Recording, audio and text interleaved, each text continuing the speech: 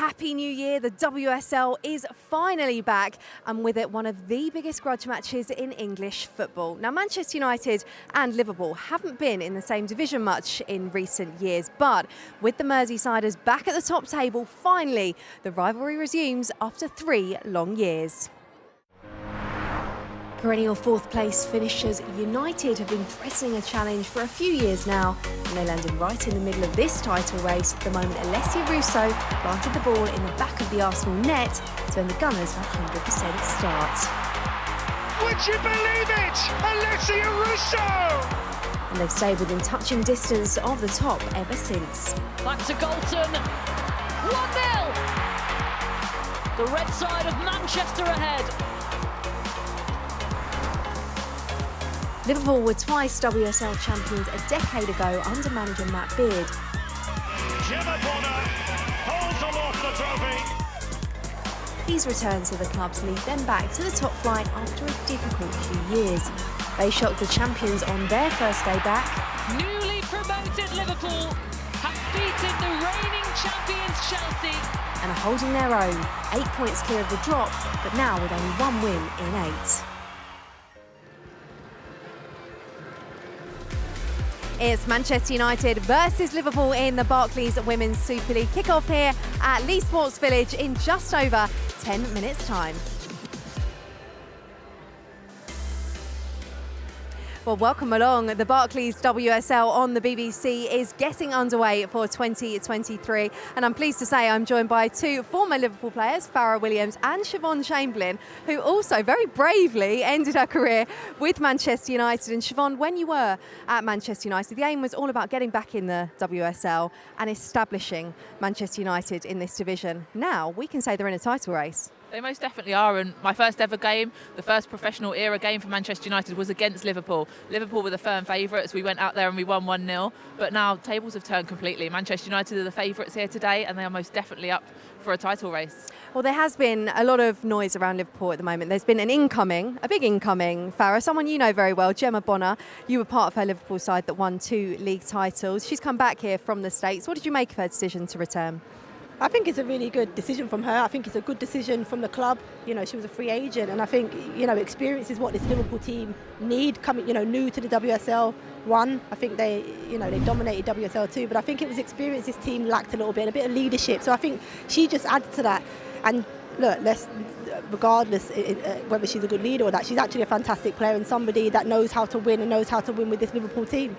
Well, she is one player who's come into Liverpool during the break, but unfortunately this week we had the sad news that Gilly Flaherty has taken the decision to retire from the professional game. She cited personal reasons for that following the tragic and sudden passing of her dad. Now, the word legend is often overused in this sport, isn't it? But when it comes to Gilly, it certainly rings true. She's the current WSL record appearance holder. She scored the first goal in this competition. She also won 5 league titles and 7 FA Cups. Farrah, you know her very well indeed. We can see the emotion in this celebration. She's always worn her heart on her sleeve. She leaves a real legacy, doesn't she? She definitely does. A fantastic player. You know, she started very young in that Arsenal team, and look, it would have been, you know, difficult for Gilly to carry on. I think her dad meant so much to her. He was there from, you know, the very beginning. I remember some really good football conversations with him, and you know, when he did pass, you know, I sent my well wishes to her and her family, and just reminded her of those conversations that we used to have, because as I mentioned, he is a football man and they're a football family, and it's a very sad time for them. But for Gilly Flaherty, she leaves a fantastic legacy in the game, because she's ticked so many boxes, broke so many records, and what a fantastic player she was. And you know, I wish her well in the future. Yeah, and all of our thoughts here at the BBC do of course go out to Gilly and her family at this very difficult time.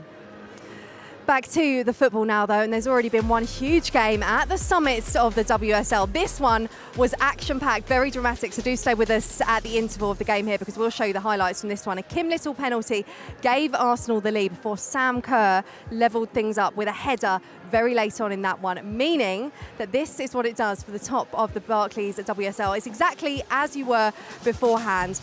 Manchester United, though, will be eyeing up Arsenal. They can go level on points with them today if they can get 3 points here. Liverpool can go up to 8 if they can get victory over United. Well, United are very well known for being a settled side. They've made just one change in their last 4 outings. It's just one change this afternoon as well. Lucia Garcia coming in for the injured Leah Galton. As for Liverpool, there is a second debut for Gemma Bonner. Let's now hear from both managers, starting with Mark Skinner.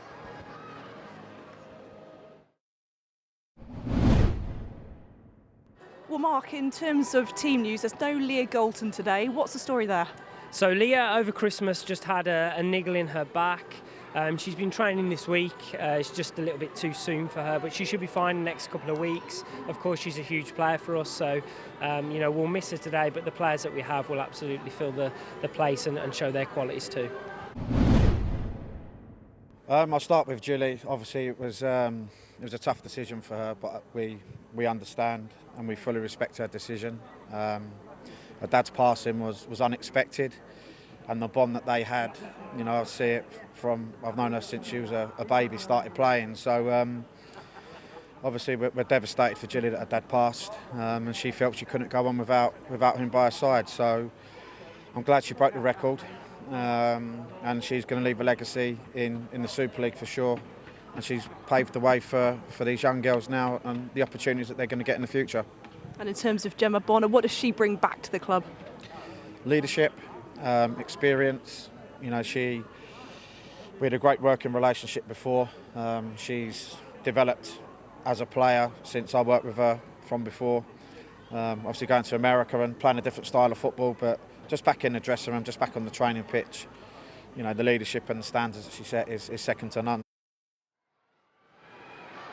Well, let's continue the focus on Manchester United. Now, 2022 was a very good year for forward Alessia Russo, but with the new year, of course, it brings new opportunity to win her first trophy potentially at United. And of course, the World Cup is on the horizon. Joe Curry popped over to the United training ground earlier this week to have a catch-up.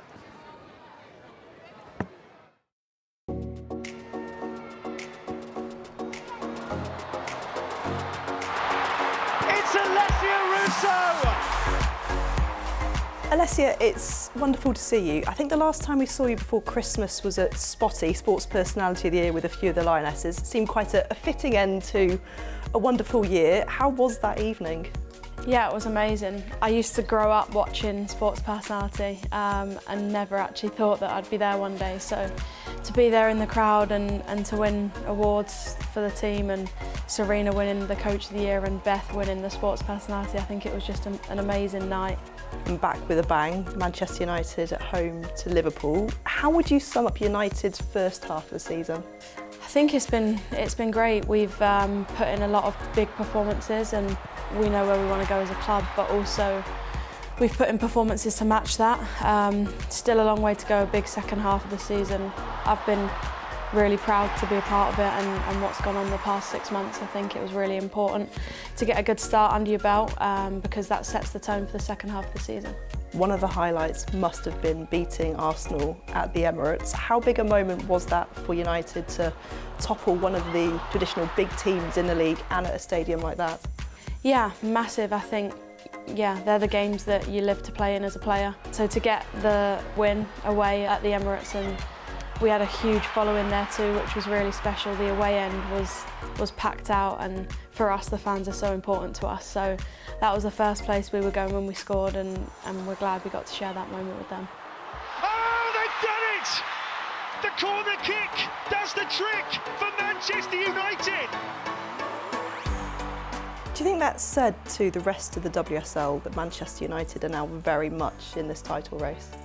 Yeah, I think so. I think we've put in performances this first half of the season, and obviously we want to go out and double them in the second half. But yeah, I think sets the tone. Let's talk about the big game this weekend, United, Liverpool. Fans really look forward to matches like this one, but does that have an impact on the game itself? I want to say no, but yeah, slightly. Obviously the Manchester derby is huge, and so is this one. Like, you want to play against those derbies and in those big games, and that's the tone and that's the standard. We have to keep pushing and one another, and on Sundays when it's all put to test, we have to go out there and leave nothing behind. Well, Alessia Russo clearly enjoying her football at the moment, but Joe did ask her about her contract situation, Farah. She was reluctant to talk about it. Mark Skinner has said they're having very serious talks. He'll hope that they can tie her down money because there's not many strikers around like her. No, she's different, and she's not, certainly I prefer in the number 9 where she drops in short here and links play, but she can play anywhere along that front line. She's a key player to this Man United team, and if they are to go on and get any sort of success, they need to keep players like Russo at the club. I think what will make her mind up will be whether United finish in that top 3 and make Champions League. I don't know what your thoughts on that, Sayo. Yeah, I completely agree. She'll want to play Champions League football. She's come here, she's committed herself to the club. She's done brilliantly, she's scored goals, she's a European champion. She's developed so much over the last couple of years, but she'll want to take that next step. She'll want to do it at Manchester United, I'm sure, because that's where she's taken those first few steps. But, as you said, she needs Champions League football. Looking at this game overall, then this is a huge opportunity, isn't it, for Manchester United? Given the result in that early kick-off between Arsenal and Chelsea, Farah, they'll be targeting all 3 points to go level on points with Arsenal. They will, and they need 3 points from this game. It's these type of teams that Man United need to be beaten in order to keep, on the tails of the likes of Chelsea and Arsenal. So it'll be key for them today at home with the crowd that they have out here today, that they pick up all 3 points and, as I said there, stay on the tails of Arsenal and Chelsea. As for Liverpool, what do they need to do today? Because it wasn't the best run of form for them before the break.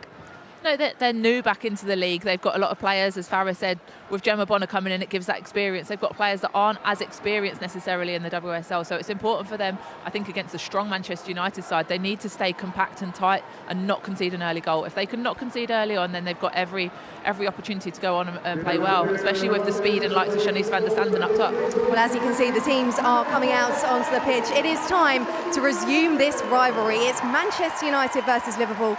Talking you through it, Rachel Brown-Finnis and Peen Mullenstein. Thank you very much, Kelly. Good afternoon, everyone. A packed-out Lee Sports Village welcomes Manchester United and Liverpool for their first Women's Super League game of 2023. A deep-rooted rivalry reignited once more. And back from their warm weather training in Malta, Manchester United's push to solidify their place in the top 3 continues this afternoon.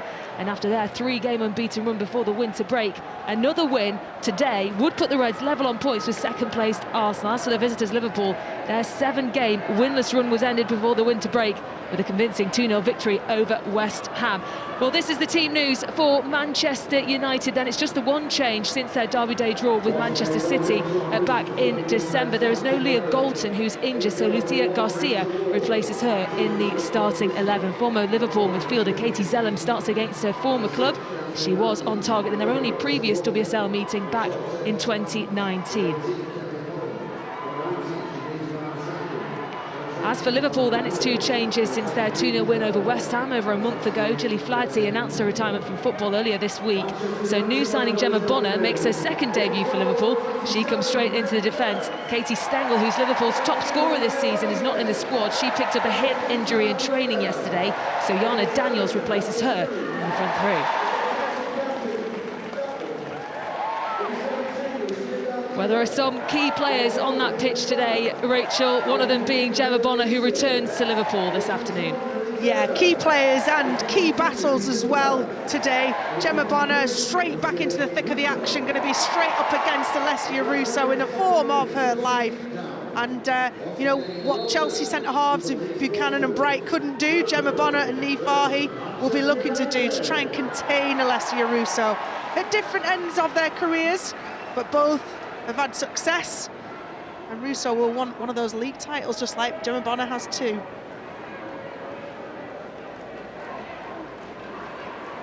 Well, a first meeting as manager of Manchester United for Mark Skinner against Liverpool today. And the referee this afternoon is Kirsty Dow. Well, both teams are wearing black armbands at the request from the players following the sad passing of Gilly Flaherty's father, John, and Beth Mead's mother, June.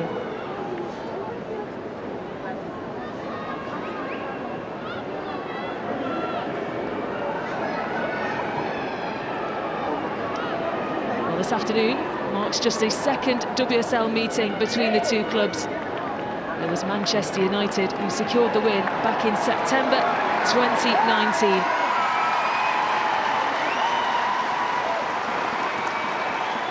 And there is the Liverpool manager, Matt Beard.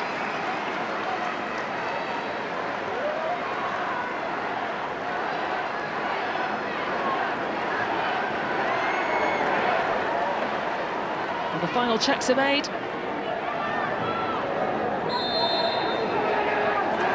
And players from both sides take the knee ahead of kick-off. Well, away we go then. Manchester United hoping to strengthen their place in the top 3 of the Women's Super League, whilst Liverpool will be hoping they can continue their 3-game unbeaten run and start looking up the table rather than down. Well, Rachel Brown-Finnis alongside me, and today really an opportunity for both teams to lay down a marker for the new year. It was indeed. I'm just watching as Rachel Laws gets put under pressure by Ella Toone, but I think Manchester United certainly, with their chance to even push for the title, would have loved seeing a draw between the 2 rivals for that title spot. Arsenal and Chelsea draw today. They didn't need fire before they started this game. Now they're expected to go on and beat Liverpool today, no doubt. There's Turner.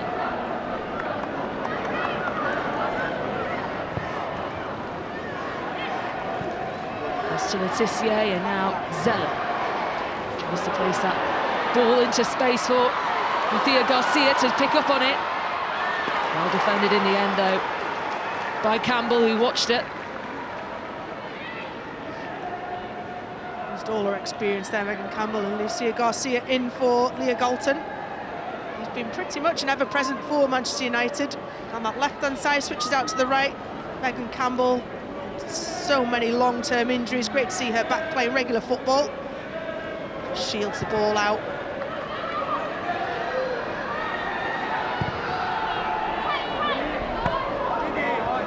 Just missed by Blundell and allowed Van der Sonnen to stride forward. She's got Daniels alongside her to her left. Van der Sonnen looking to place it across, but it was well spotted by Mary Earps. But an early opportunity for Liverpool. Those lapses of concentration, Hannah Blundell down this left-hand side for Manchester United. Shanice van der Sanden is a European Championship winner as well with the Netherlands. Breaks free, just can't, looking for the player, isn't they, to make a move. There was not a lot of movement in the box from the Liverpool players. No decisive move to the near post. They don't really have an out-and-out centre-forward, Liverpool. Paris to Blundell again. Striding forward this time and coming right in onto it. Gemma Bonner. Excellent Gemma Bonner there. Recognition of what was going to happen. Came across to cover her right back. Her first appearance for Liverpool since May 2018.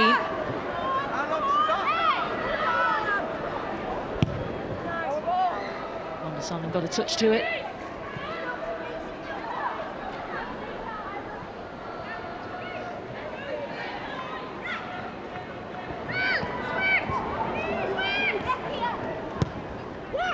Daniels couldn't hold on to it to allow Manchester United to come forward. This is 2. Now Nikita Paris. Looking to get away from Koivisto. Paris finds it to Toone, who takes a shot inches away. Why wouldn't you shoot if you're Ella Toone in the form and the year that she's had, but watched all the way by very experienced Rachel Laws. But Ella Toone just gets a little bit of space. Jana Daniels went down, didn't get the free kick. Nikita Paris broke past Koivisto, cut in on her preferred foot. And Ella Toone whipped that ball goalwards. Rachel Laws saw it all the way, able to leave it in the end. But opening breakthroughs into final thirds for both teams. Well, Toone is Manchester United's all-time top goal scorer and appearance maker as well. She's already got 3 goals in the WSL so far this season. Zeller onto Alessia Russo. Garcia is striding forward too. Russo. Now Ladd.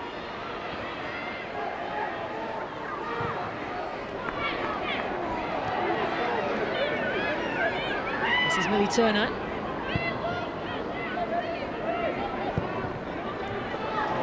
To place that onto that right side for Ona Badje. Deep delivery, and it all the way to Blundell. 2. Digs out Paris. Stabbed in again, but Russo couldn't get on the end of it. Garcia tries to keep it alive. Back out it goes to Katie Zellen.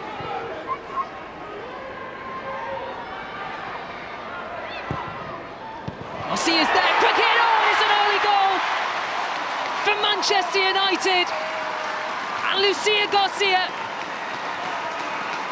was there at the right place, right time. And 5 minutes in, the home side have the lead.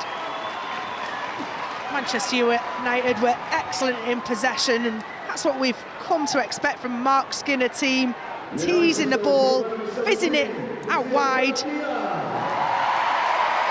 See here, Katie Zellen, before that Ella Toon had made a little amazing run through the middle, but Katie Zellen playing it out wide. The ball from Ona Bache picked out, you know, that's not just a ball into the box. She's picked out Lucia Garcia. Doesn't get the cleanest of strike, and it actually hits Gemma Bonner to go into the net for the opener. How's your look on your return, Gemma Bonner?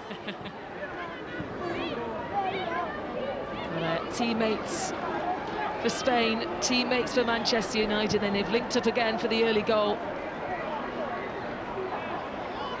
Here's Batier again.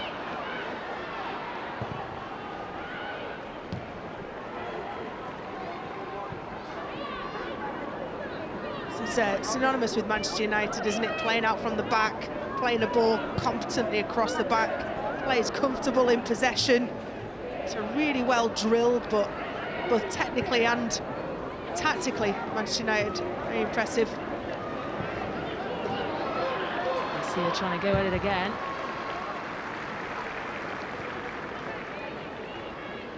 This time stopped by Taylor Hines.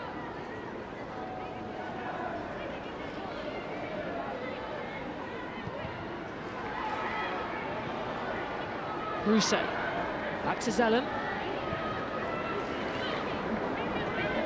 Turner. To Ladd. Batier again, looking to place it in. He's a flip. Brundell, who has space to shoot. More dangerous attacks coming in from the home side. That is a let-off for Liverpool. Shanice van der Sanden. Defending isn't her strong point, but she just lets Anna Blundell get goal side of her. She should have tested Rachel Laws in goal. Blundell, fortunate to see diving and see that drifting wide. Liverpool under the cosh. Well, it's one thing we were speaking about pre-match, Rachel, was the fact that all 10 of Manchester United's outfield players have already scored in the WSL this season. In all competitions. 13 different players scored in the WSL, and as you said, all 10. It's a stunning stat. Threats from everywhere.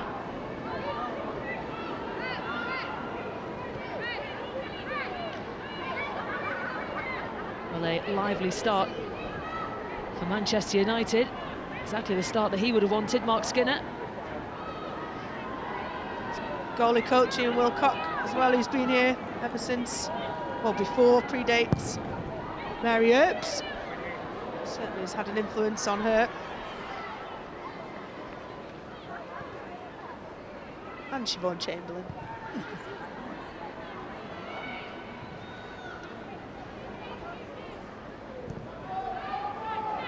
There's Turner.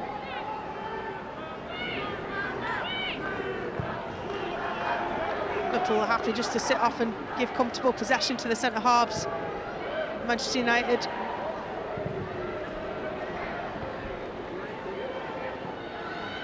Campbell.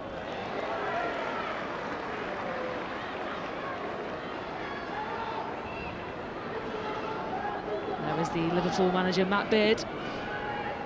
He was reappointed the manager back in May 2021. It's his second spell at the club, was also in charge between 2012 and 2015.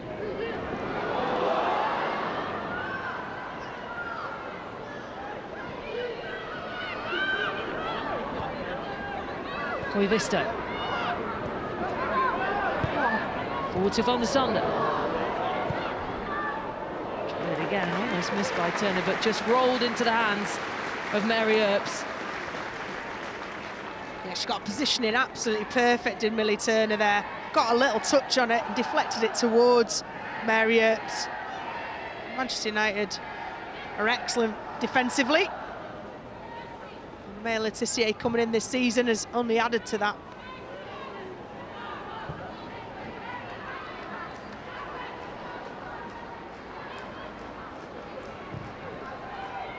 Well, Liverpool do certainly have a bit of a history in causing upsets. They beat Chelsea on the opening day of the season. Missing Katie Stengel though, I think it's a biggie, isn't it? Jana Daniels playing up top for them today is not strictly a number 9. Katie Stengel fulfills that. Yeah, Matt Beard saying in his pre-match interview she'd injured herself during training yesterday. Lucia Garcia is down for Manchester United.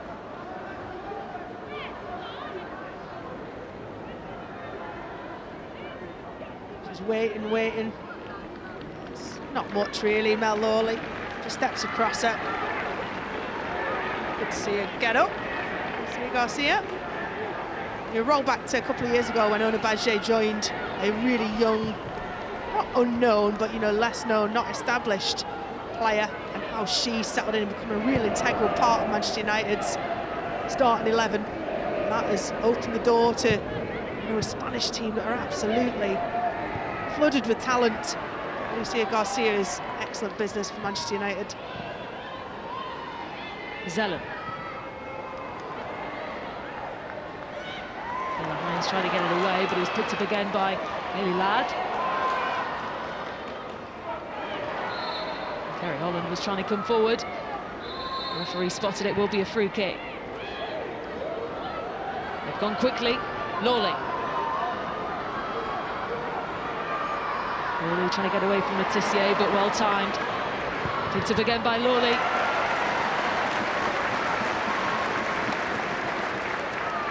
Excellent play from Mel Lawley there. She's had such a long career as well, and this is the Mel Lawley that we all remember. Manchester City and now at Liverpool, evading players with a trickery and a speed. Did really well there. Liverpool will be focused on set pieces. The Manchester United are pretty handy at set pieces. They haven't conceded from a set piece yet, Manchester United, this season. When a delivery goes in, big header forward, but couldn't find the target. Onasona will try and collect.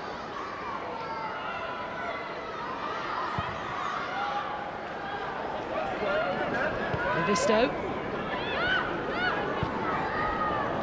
Too much power behind that ball.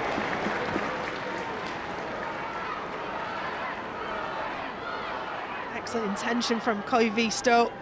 Just too much weight on it, wasn't it? She's been pretty good moving forward, Koi Visto. See here, the link up between Ona Badje, the opening goal. Wicked deflection off Gemma Bonner. You know what they do for their country. They bring onto the pitch here for Manchester United. I'd bet that Rachel Laws would have saved that in the Liverpool goal had it not been for the deflection. But it's a start that arguably Manchester United did deserve.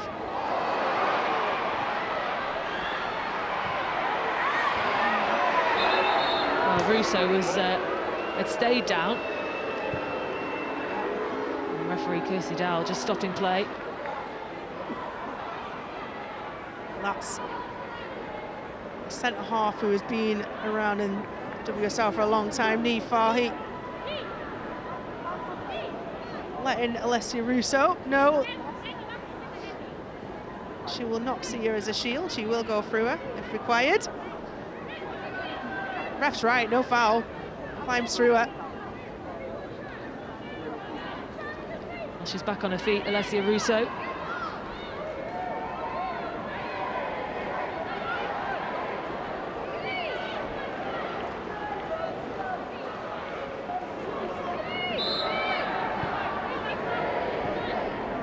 Bonner.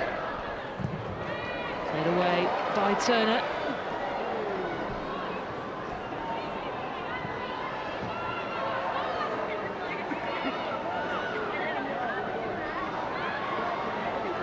We all know what happens when Megan Campbell dusts off the ball. Really good, excellent long throw. Mark's going to be well aware of that. Manchester United would have been practicing setting up against a long throw.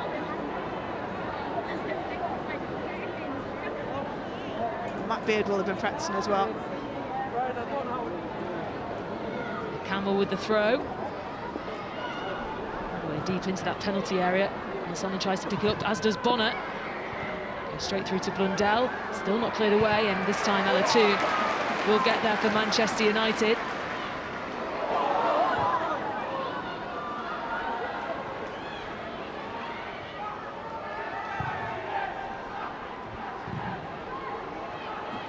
Here's Russo. To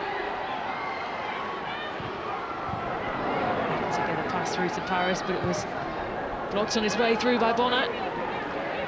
What have you made of Liverpool's return to the WSL this season, Rachel? Yeah, I think putting themselves on the map with that win against Chelsea early on, and then the point totals that they've got so far, you know, they're safe already, pretty much. Certainly with you know, the dismal start that Leicester have had to the season, and only one going down, then so you know that's almost ticked off, boxed off already. But Liverpool will not be satisfied with that. I would like to chat to Gemma Bonner almost really to see, you know, what's changed, what's progressed at Liverpool. Now you're back for a second time. Hopefully there's plenty.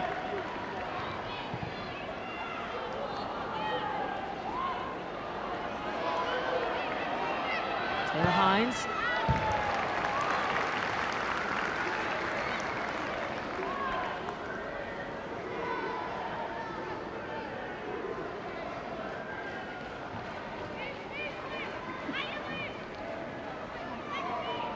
Battier with the throw-in.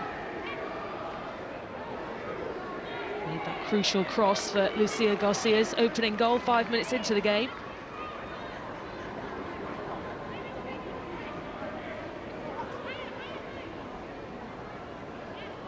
Of course, last time Gemma Bonner was a Liverpool player, there was no Manchester United team.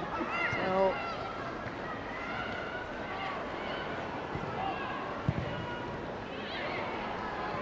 Letitia.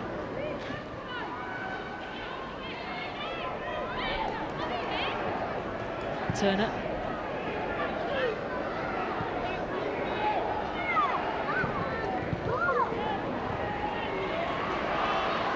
Battier.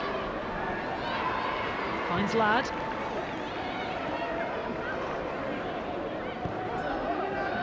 This is Zellum.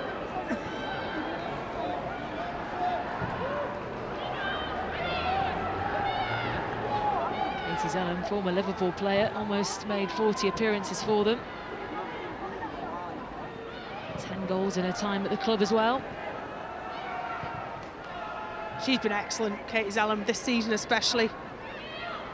She's just growing and growing in that role of holding midfield. I've seen her earlier taking the ball from the defenders, so recognising that Liverpool were giving them time to play, so dropped in and can distribute from anywhere. Set pieces, unbelievable.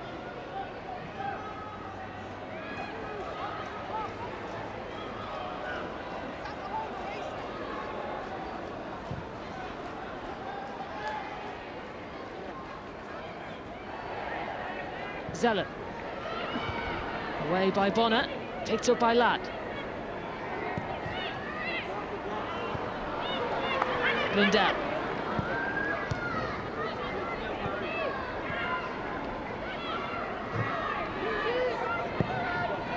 Again looking to release the pass on to Blundell. Try her best to keep it in play. She's done well actually, but that gave Shanice van der Sonne some time to pick up on it. Get the brakes on quick enough on a Blundell. Toone through to Russo. Matthews to Hines. Holland.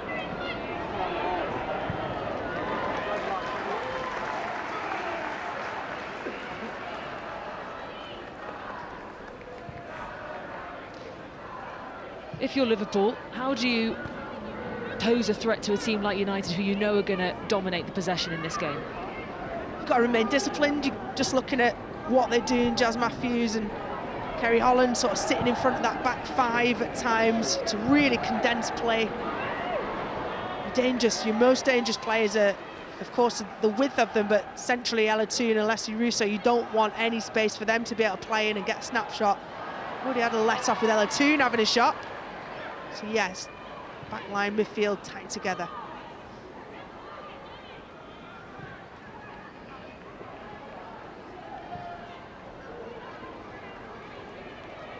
Zeller.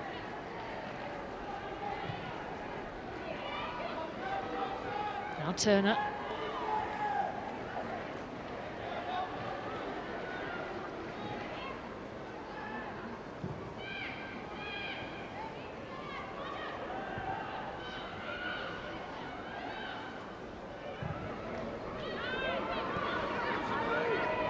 So I think with Kate Zellum receiving possession of the ball, Liverpool have got authority to press her in possession.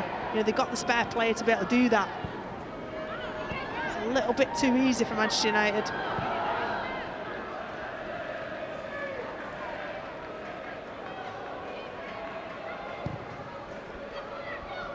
Looks forward to Paris. Bonner gets it away. Picked up by Blundell.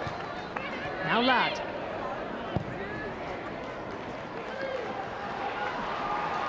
On a Battier. Battier into the space, but no one there to make any note of it for Manchester United. Zeller.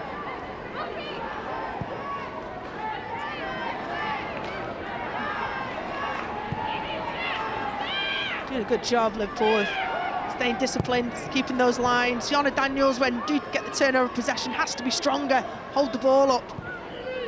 Overall, Beard will be pleased with their execution.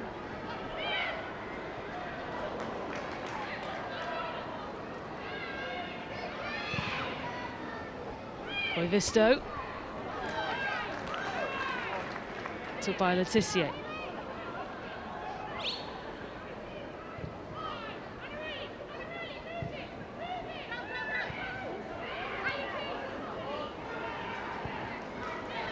Ladd. Toone wants it. Across to Garcia. Russo's arriving.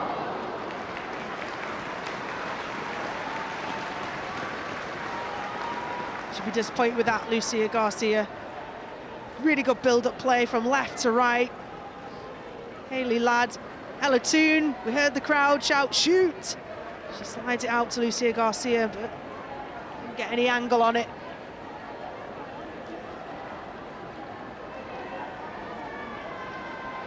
Well, there is the new Liverpool signing, Fuka Nagano, joined yesterday from North Carolina Courage in the NWSL.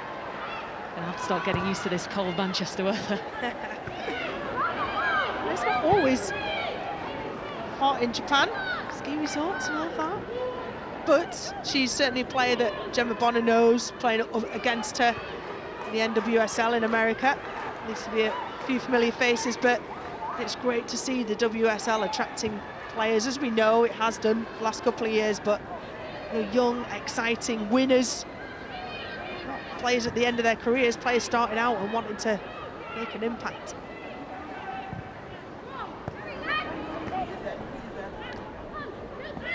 Blundell.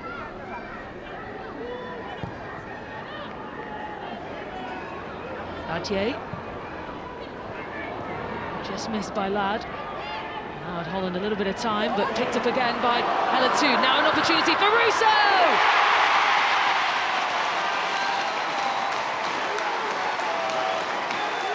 Manchester United double their lead. And it's Alessia Russo with her 5th goal of the season.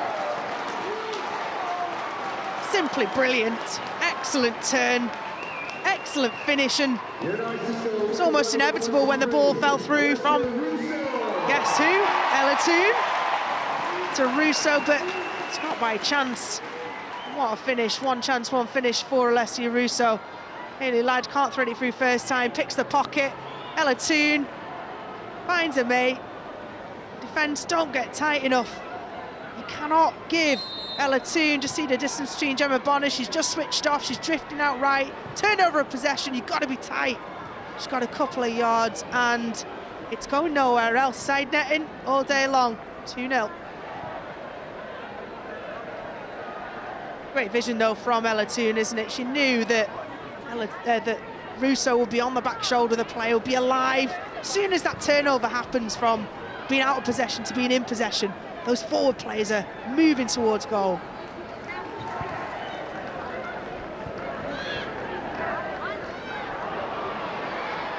Daniels, who goes from distance. Wasn't a bad effort, inches away. Yeah, well watched from Mary Earps there. Not had too many chances and get a couple of yards edge of the box.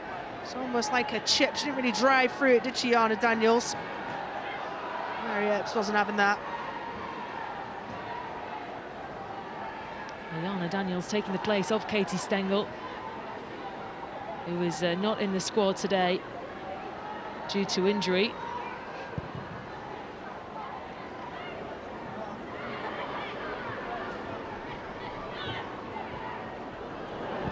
Battier on to Russo.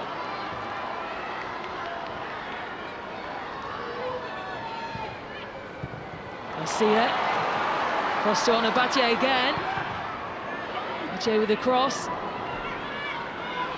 Picked up by Blundell. Now two. Liverpool got to tighten up. Manchester United have got a bit of swagger about them. Sweeping the ball from left to right, they're passing it through the units. It's dangerous for Liverpool. Paris. Paris again with a dangerous looking cross in for Garcia, but it was taken away from her by Campbell.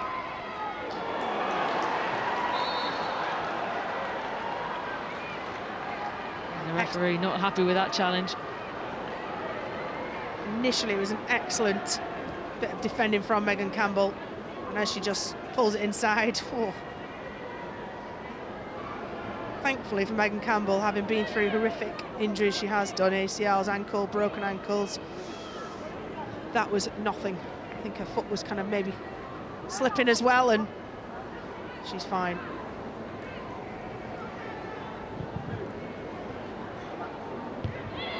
That was a big header forward from Millie Turner. Rachel Laws had to be on it. Blundell. Here's two.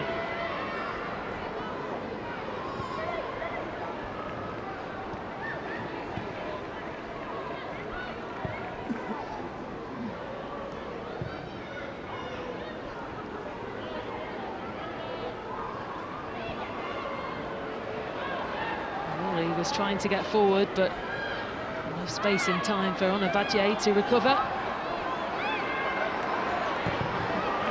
Bit nervous there.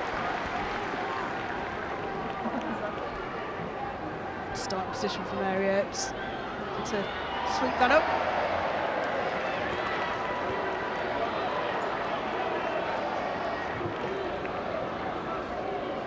What a bit of absolute quality from Alessia Russo. Can't remember actually having another chance before that. She's only used to playing 20 minutes for England, and she's got to get the job done in that, so. Koivisto. Liverpool trying to get themselves back in this game.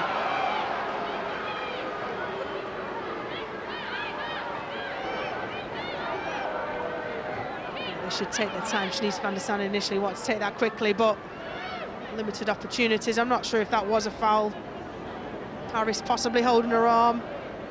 Not much in it. A chance to test the defensive stability on Manchester United set pieces particularly.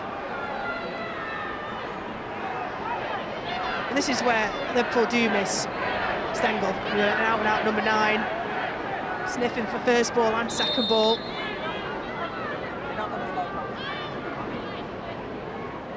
Will be Lawley to take. Away by Ladd.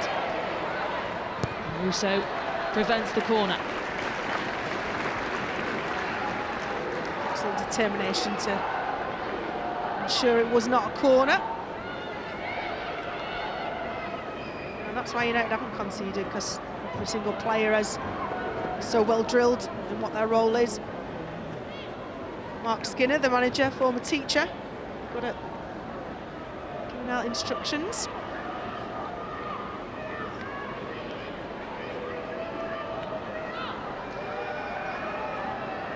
And Campbell getting ready for another long throw in.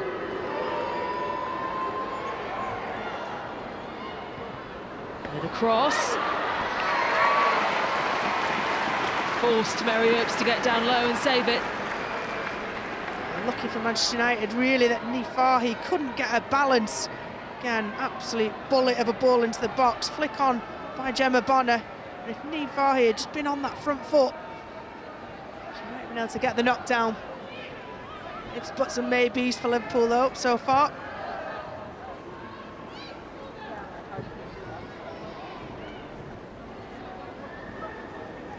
Seeing as confidence is rising, LT is just dropping higher and higher into that, almost a front four. Kerry Holland, Jazz Matthews are finding it a little bit harder to pick up her movement.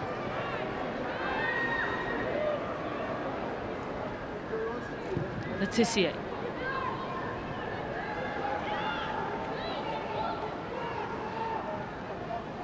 That was better from Jana Daniels, putting a bit of pressure on Katie Zellum, not allowing her possession of the ball, and that's why May Letitia was on the ball. Liverpool prefer to be having those balls run through to Rachel Laws. Handball there from Shanice van der Sande. Now appeared in 7 of the last 8 games for Liverpool in all competitions.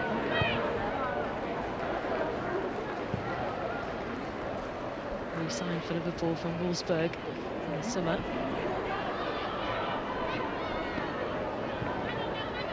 Two. Battier through to Toon again. Che collects. Turner. I see the players losing their footing on a number of occasions. The pitch doesn't look great. I'm not going to lie. Manchester United have not used that as an excuse at all, but it is what it is. We did have an under-23s game here yesterday as well.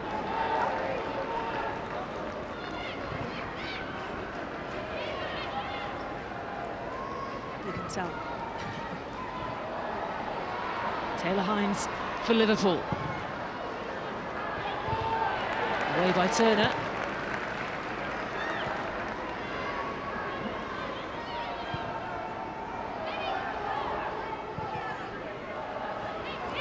Now Daniels trying to put the pressure on. Campbell. Better from Liverpool across that front three.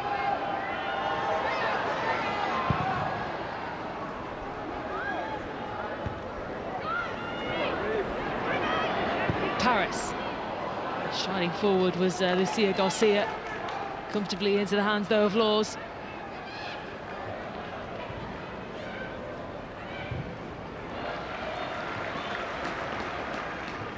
Yeah, he's causing a bit of a problem for the back line of Manchester United when you are putting pressure on them when United are in possession of the ball.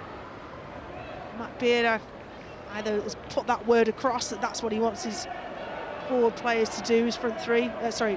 Jana Daniels. Force them into giving the ball back to them. Well, he's already made a couple of signings in this winter transfer window. He was saying before this game as well, the options are still there to sign more players for Liverpool.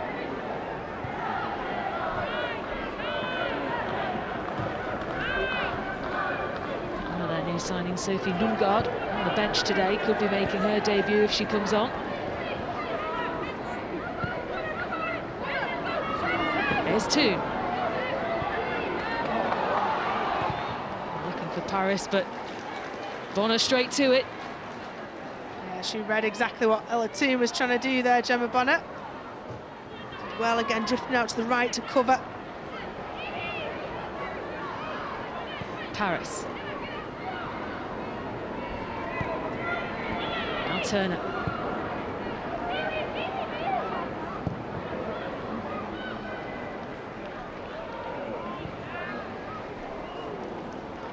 Garcia. Away by Campbell. Manchester United have got to be patient, but they've got to keep that zip on the ball as well. Sometimes you've got to hold on to the ball and draw players out, create spaces. Paris trying to go for the acrobatic shot. Garcia again, and this time into the stands. Well, it's blocked from some part of Gemma Bonner. Initially, I thought the head or the torso. It's a lovely, down that right-hand side, been able to deliver far too many balls. Not a handball, hits her torso, underside of it, her arm's in a natural position. It does hit her arm, but her arm's in a natural position. Right call, there's no penalty.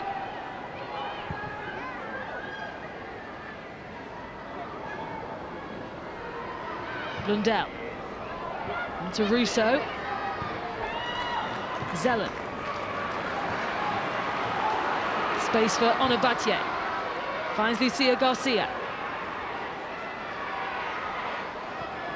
Garcia leaves it for Batier again. Looks to cut it across to Garcia, but Kerry Holland in the way. Lawley and away by Hines to get it away from danger. Down that right-hand side, balls into the box. Taylor Hines, I'm not quite sure if she's getting tight enough on Lucia Garcia. Is she communicating with Megan Campbell enough? Diana Daniels, it's difficult, I understand.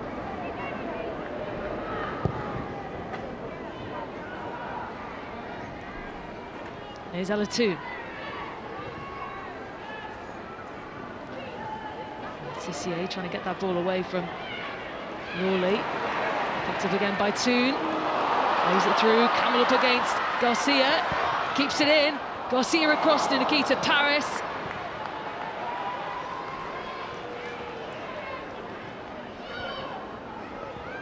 Van der Sonnen tries to run away with it.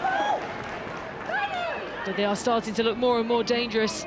Manchester United, and they're going for their third. Yeah, Manchester United's distances are just too... Liverpool's distances defensively are too far off Man United. When the ball's popped around and you're nowhere near a player, you ain't going to get interceptions, you're not going to get tackles, you're not going to get pressure on the ball. And that's another let-off. Same combination, another let-off for Liverpool. Zelen.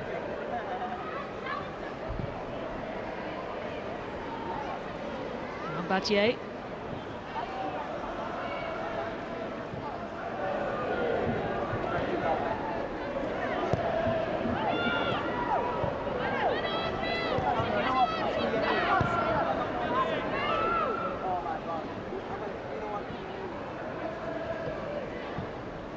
Tissier. Pass to Turner. Blundell.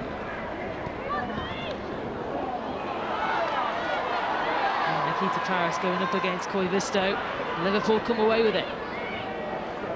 Holland. Good ball to find Van der Sonden. Daniels is making herself available. Took a block from Millie Turner.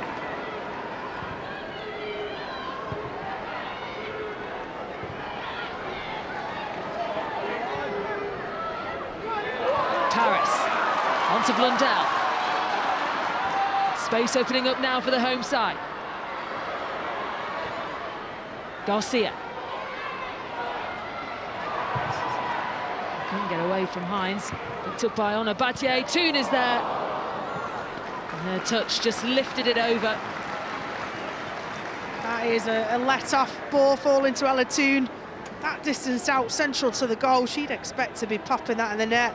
Really good build-up play. It was turnover of possession from their defensive half of the pitch, Manchester United, to build it all the way through to here.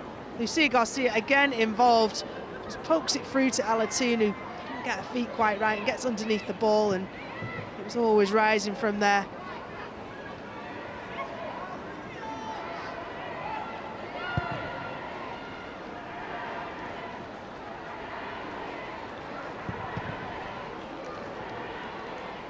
The ball just rebounded off Jazz Matthews. Yeah, between Onabatier and Lucia Garcia, they're running rings around that left-hand side for Manchester United. Taylor Hines has got to either get tight or drop off. 2 through to Paris. To Onabatier, and the deep cross in. There's another chance, and there's the third goal. And this time it's Hayley Ladd. Manchester United looking comfortable in the first half.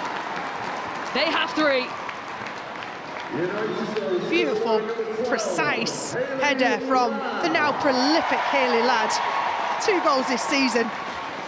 Not someone you'd see, but said the goal spread around. Poor clearance from Taylor Hines, straight into the path of Maya Letitia. If VAR was here, would she be offside? Don't know, but they're not. And so she is onside. It's Onabatier, my fault. Onabatier, pinpoint pass. Lovely bit of flight on the ball. And all that Hayley Ladd has to do is redirect it towards goal. Not a huge amount of pace on it because he got that with the cross. Perfect line, side netting. As a goalkeeper, you're thinking, side netting, couldn't do anything. It's pretty much a fair judgment on it. Manchester United have earned 3-0.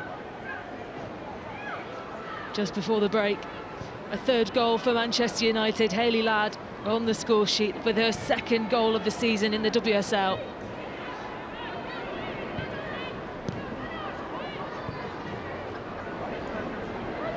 As tight as this top 3 is, or this league is, goal difference could make a difference, and Mark Skinner will reiterate this game is not home and dry, and also there could be an advantage to be gained.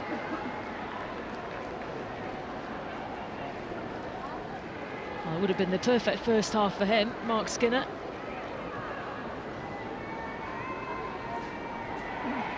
How do Liverpool get themselves back in this game now, though? Well, I think they've been pretty conservative in this first half.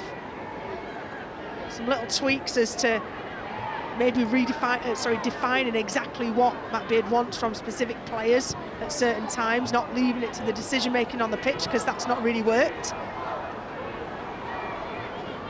Ladd. Turner wants it. Lindell through to Toon. And Paris will try her best to keep it in play.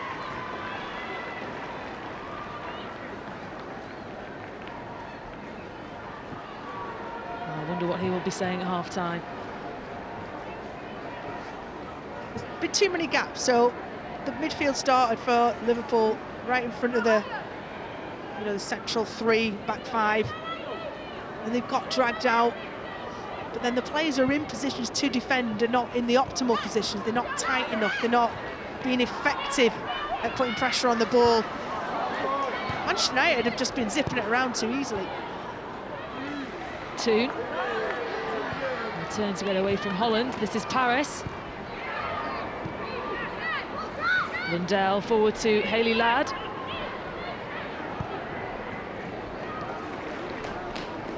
Badier. Zellum from distance actually went into the back legs of Russo.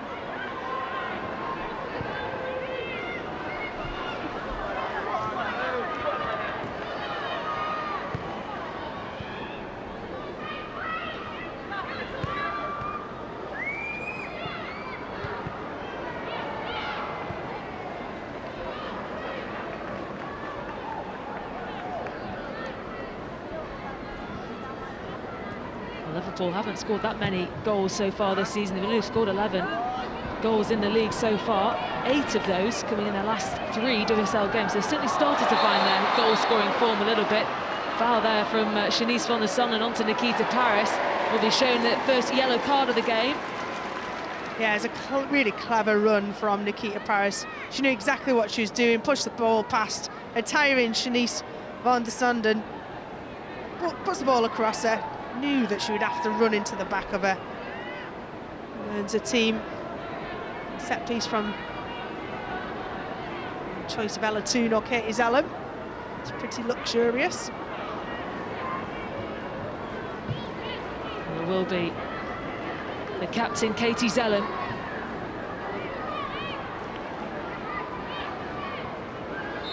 Zellen's created 20 chances from set plays. Zellen with the delivery, punched away by Laws. Back out to Ella Toon. Paris tries to get there too. And Van der Sanden clears it away. No chance for Lawley, who tried to go at it alone, but Lundell back to defend it for Manchester United. Shows when Liverpool broke there. It was literally Mel Lawley, 4 red shirts. She would have had to get past. Liverpool are set up to defend, but they're not doing that particularly well. Beard's going to have to rethink it. Here's Lawley. And Sondland to support. Lawley again, gets away from Toon.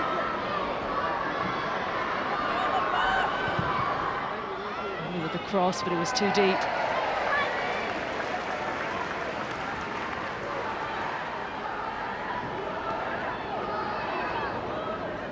Well, Lawley a little bit disappointed with that. Knows that there's not been too much of the ball for her.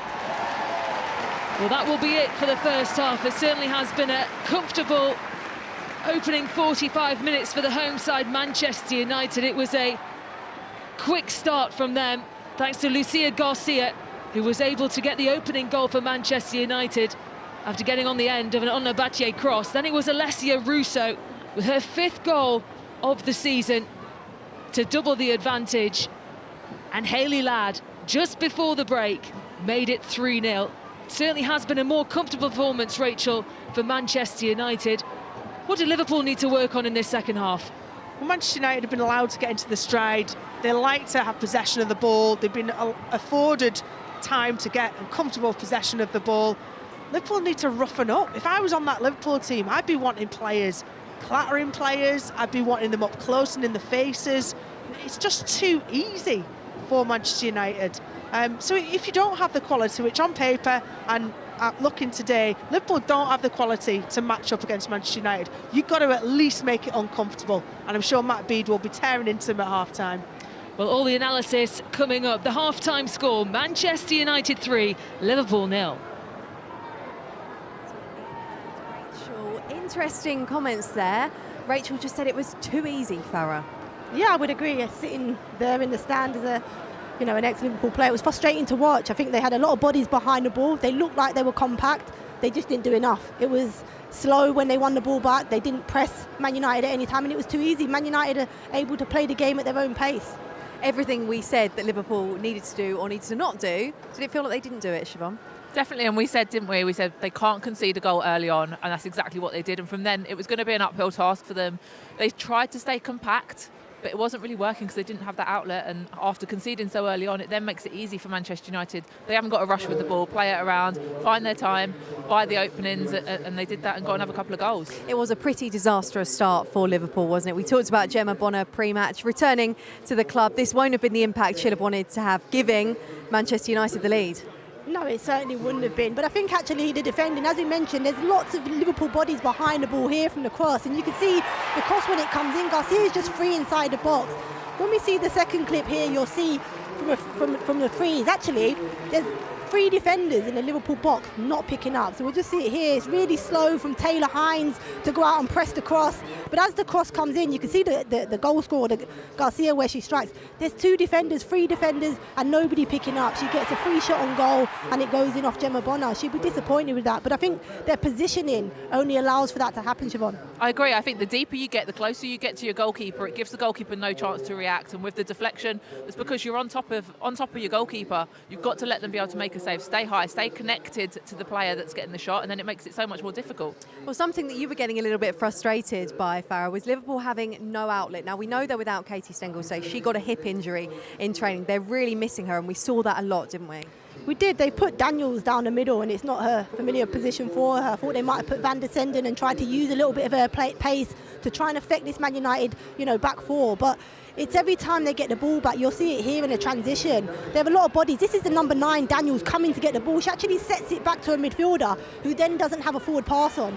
And it was just a common theme for Liverpool. You see here Gemma Bonner intercepting, and there's no forward pass. They're just forcing passes into nobody. There is no outlet. And actually, because of that, they end up conceding a goal from it, Siobhan. Yeah, as you said, time and time again, you were getting really frustrated with it. Here, you've just got to keep hold of it, but we can see you're turning back into trouble. You can't do that against a team like Manchester United, and it's a very clinical finish from Alessia Russo. But Liverpool had possession of the ball. They had the opportunity to come forwards, but there was nowhere to go with it. And you give the ball there to Ella Toon, to Alessia Russo, they are going to finish and they are going to punish you. I was going to say, let's also give some credit for the finish. We've seen that combination a number of times, and we've seen Russo finish like that too. And we spoke about that Russo before the game and how clinical and how good she is, especially when plays in that number 9. In this transition moment here, she's electric. She sees the goal. She's aware of where the goal is, but it's just too slow from Liverpool. This is really good. And Ella Toon and Russo, we've seen it all season. Their link-up play, they're aware of where each other are. And this first-time finish is fantastic. It's a really, really good finish from Russo. Goalkeeper had no chance, did she, Siobhan? She didn't. It's a brilliant finish straight into the corner.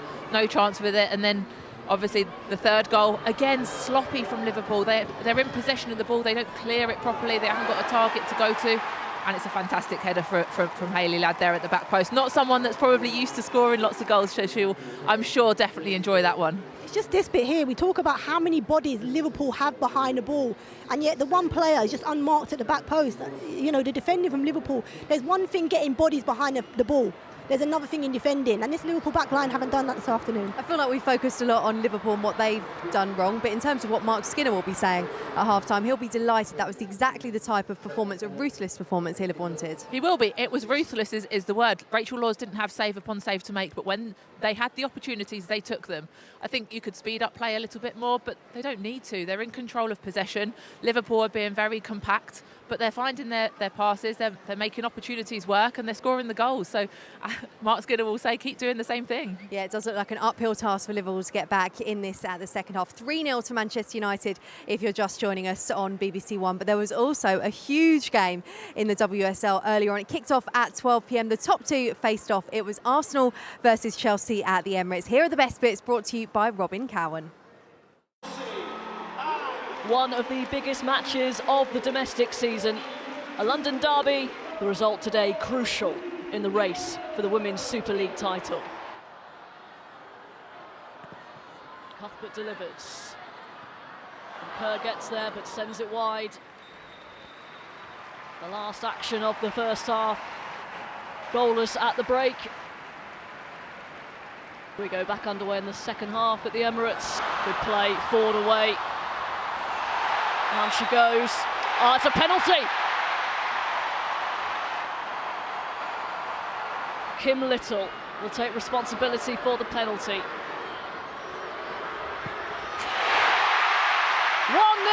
to Arsenal. Taken with the composure that Kim Little possesses.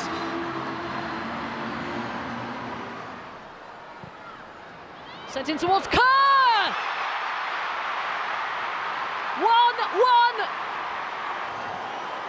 They have been poor today. They have been second best for the majority, but they have the quality. Sam Kerr finishes. Full time. Chelsea salvage a point.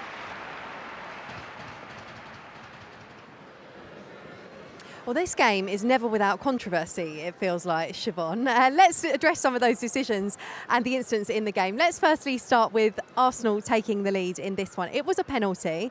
The big debate, Emma Hayes and her team will think that potentially they were a little bit hard done by here. I agree. I think contact's definitely... First contact here from Niamh Charles is definitely outside the box. Yes, she carries into the box and falls inside the 18-yard box, but there's no VAR in the women's game, is there? So there's no one to kind of go back to and double-check. But for me, that's not a penalty. You can see the nudge is definitely outside the box and she falls into the box.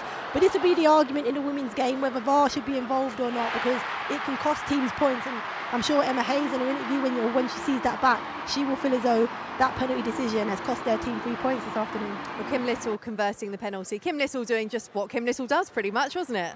Most definitely, she's prolific in front of goal, isn't she? She's Arsenal through and through, and she steps up to take that penalty. There's no other place it's going to go other than the back of the net. Well, it did look like Arsenal were going to be heading for a huge victory over Chelsea, but that woman, Sam Kerr, popping up with a brilliant header at the death. I know you celebrated this one, Farah, with your Chelsea hat on, but it was a brilliant ball in and a brilliant header, wasn't it? The delivery is fantastic, but this is something that Sam Kerr is fantastic at, and probably one of the best strikers in the women's game at doing. She works the back shoulder of the defender fantastically. Leah Williamson here isn't aware of where she is. The ball is fantastic, and the header, the way she gets up and executes that header is fantastic.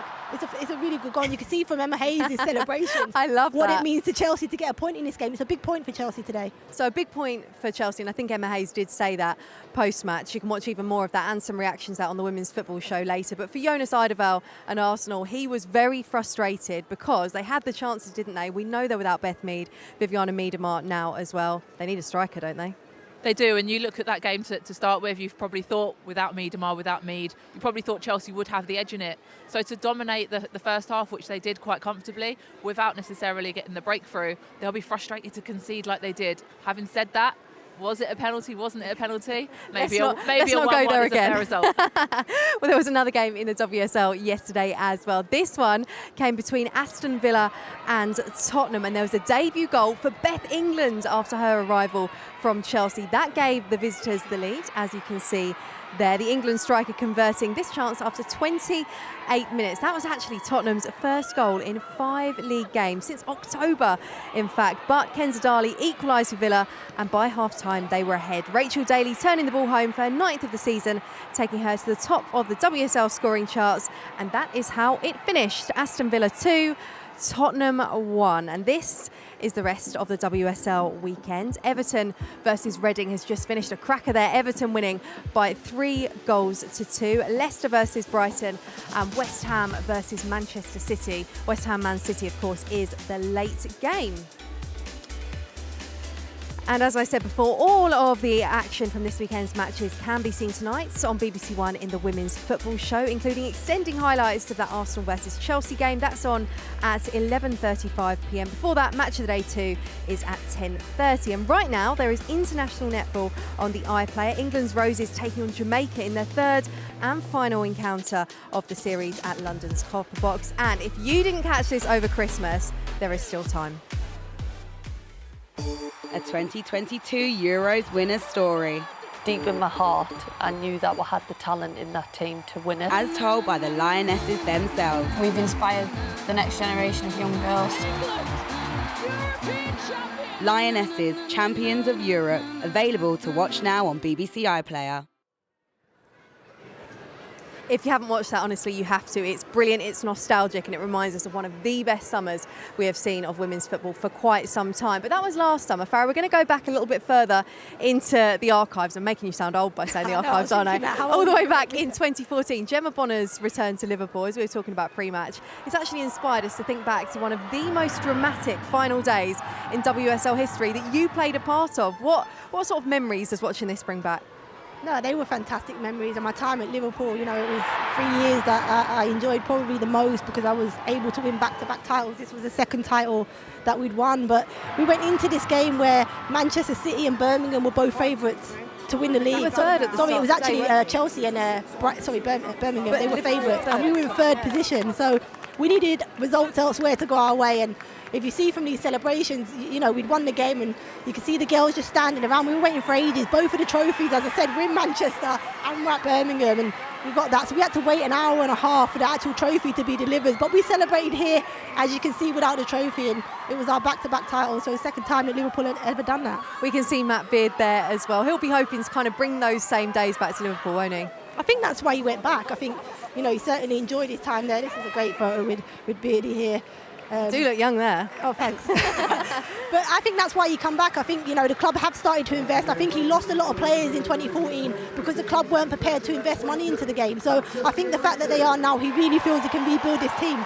Siobhan, we've got to have a word for you, because as we were talking about this beforehand, you said, well, I was involved in a rather dramatic final day as well. Well, it was the year before, wasn't it, Farah? And Bristol Academy, Bristol City now were up point for point with Liverpool. They played each other the final game of the season. Whoever won the league, and unfortunately for me, I don't want to go into it, but Liverpool won the game. We won't talk about my penalty that I Barra scored a penalty. Okay, well, it is time to get this second half underway. The players are coming back out onto the pitch. But before we hand you back to your commentary team, let's remind you of what happened in the opening 45. Welcomes Manchester United and Liverpool for their first Women's Super League game of 2023. I'll see us there. Quick hit. Oh, and it's an early goal from Manchester United. Picked up again by Ella 2. Now an opportunity for Russo. Manchester United double their lead. A deep cross in. There's another chance, and there's the third goal.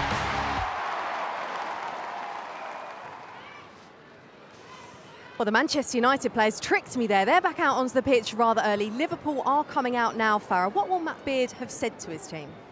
They need more energy, a bit more urgency within their play. I think they certainly need a midfielder that can help link it. Their forward players need to stay a little bit higher as an outlet. I'd like to see Van der Senden go down the centre of play for Liverpool, maybe be their outlet. But he'd have kept him in that dressing room for longer because he won't be happy. He won't be, and I completely agree with you. I think it's the outlet that they need. They need someone that's going to be their focal point up top. So when they do regain possession, they can keep hold of it. At the moment, they're regaining possession, but then they're losing it straight away because they've got no outlet at the moment. Yeah, it does feel like they've not got any outlet. We haven't heard of any changes at the break at the moment. I don't think they're going to bring anyone. How can they change it? I don't know. As I said, I think that they need to use Van der Senden's pace a little bit better than what they have done in the first 45 minutes. I think it can be an outlet for them, allow their team to get up the pitch. I think, throughout that first 45 minutes, although I'm stood the opposite side to the dugout, you could actually hear Matt Beard screaming for his team to get up the pitch. They were sat a little bit too deep, but I'm sure he's in that dressing room now, keeping those players in, because he'll be so frustrated. He'll be wanting to get his points across and make sure that his team are really clear in what they're going to do in the second half. This is interesting because there is still no Liverpool out here. We are hearing that there will be one change from Matt Beard. We'll have confirmation of that with Peen and Rachel shortly. But from a Manchester United point of view, Siobhan, is it more of the same? Are they thinking about goal difference at this point? I think you've got to be. I think Mark Skinner will have said that at half-time. Look, this is an opportunity for us to score goals. We've been clinical so far. We've been ruthless. You've got to continue it.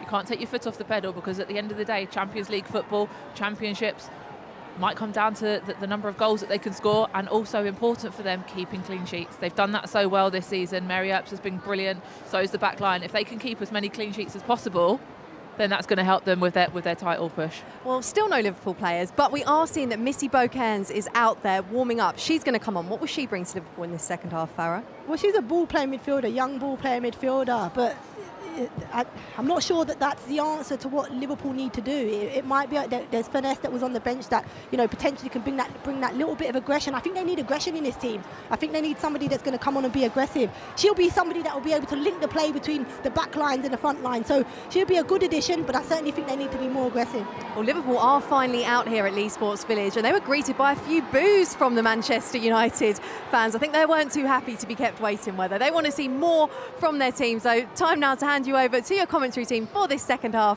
of Rachel Brown-Finnis and Peen Millenstein.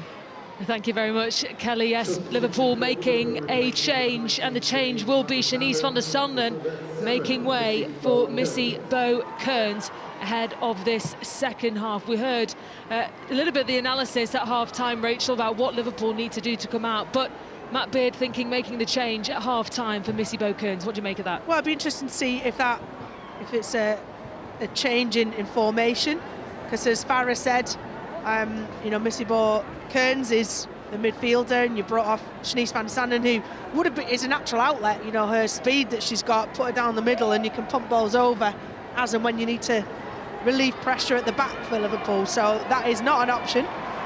So we'll see what intricacies, what detail that Matt Beard has given to his team, given to Liverpool-born Missy Bow-Cairns. Whether they can undo a 3-0 head start that they've given to Manchester United, I don't think so. But he'll be looking for a much improved performance. Well, away we go then. In the second half, it was a comfortable first half performance from Manchester United. Liverpool hoping they can find some way back into this game. As it stands, Manchester United currently second in the Women's Super League table on goal difference, level on points with Arsenal if it stays like this. Liverpool still holding that 9th place. Letizia. We've already seen Taylor Hines start in a higher position. So they start as a 5, predominantly Liverpool use their full-backs a little bit more, Koivisto and Hines for Liverpool. Here's Ladd. Led away by Koivisto, but picked up by 2.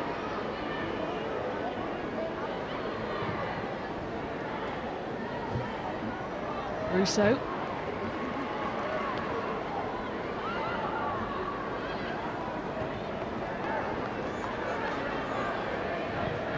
Paris onto Badier, left for Garcia. Up against Hines. Garcia looking for the cross, but Hines was there to block it. Well done, much improved. See how closer Taylor Hines was. She was higher up when you're in possession, but she dropped back, did a defensive role, jockey in there. Can't quite stay with her. Manages to get back in time to block what in the first half would have been a ball into the box.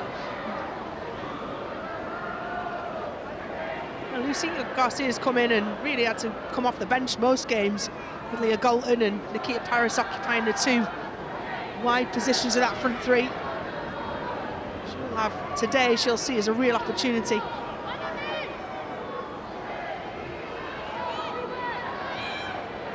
Zellum will take this corner. To Garcia again. And left in the end by Campbell. Half time was about 25 minutes, wasn't it? Could have had food, been well. Felt like it.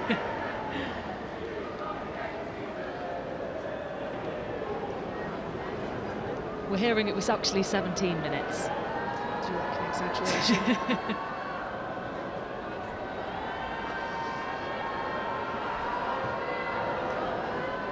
I think Matt Beard would have took 25 minutes if he could have done at half-time.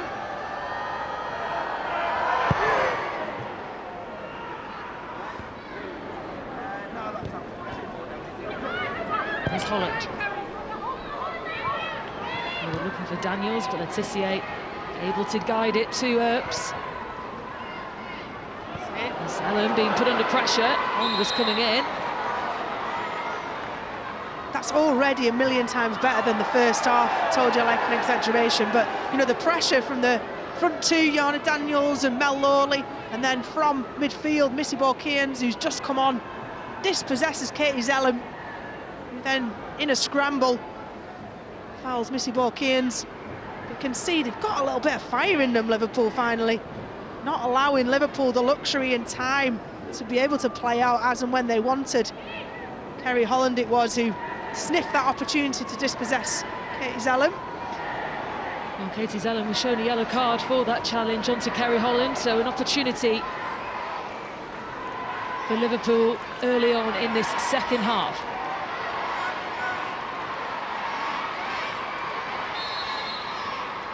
It will be Missy Kearns who takes it. Just guided it narrowly wide. That went over the wall, that's a let-off for Manchester United. Otherwise the wall has done its job. Yeah, Mary Earps has lined it up beautifully, covering that near side, which is what the wall needs to do. Anything wide of that's going wide. Mary Earps now played every minute of Manchester United's 67 WSL matches before this one.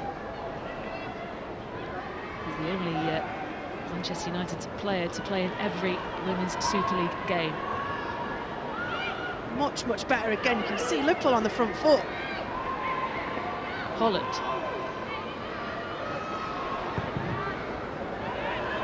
Just comes in and the header was almost there by Hines. Excellent with Taylor Hines, one of the attack overlapping fullbacks. They just sat off and defended, or attempted to, in the first half. This time, showing why they're on the pitch from an attacking sense, causing Ona Badier a real problem there, all over her. Badier does well actually. Intercepts, goes wide, corner.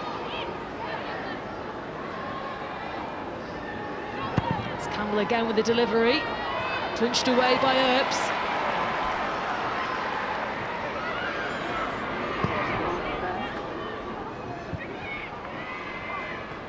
Lindell couldn't hold on. Missy Kearns intercepting. This is Hines. Hines looking for the cross and straight into the hands of Mary Earps. Well dealt with Mary Earps. Just saying to her team, okay, calm down, right? We know what Liverpool are going to do. We know that they're going to be on our toes now. Might have to just play longer balls, just eat up a bit of territory. Lovely, well executed punch from Mary Earps. Calls the ball off dead early. Certainly come out fighting in this second half, Liverpool. Bonner. Daniels on the turn. Matthews through to Holland.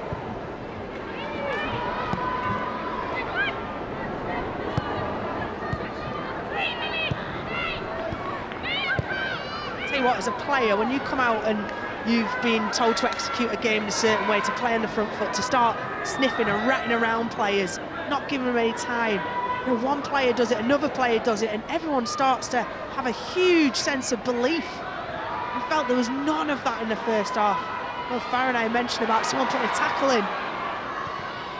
Now Lawley stealing the ball away from Manchester United. Campbell. Lawley again, looking for the cross, headed away by Turner. Matthews plays it back in.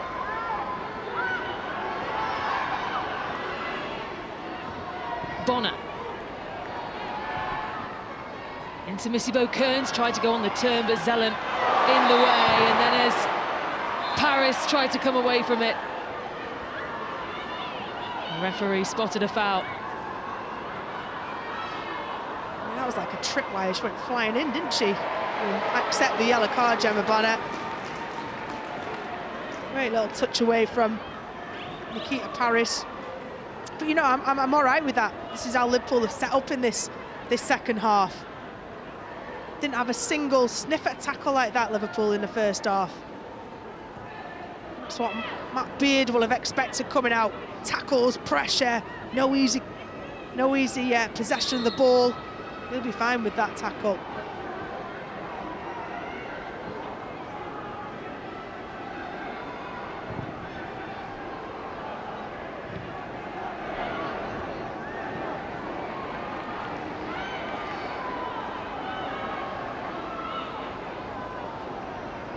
Well, he's still got a smile on his face.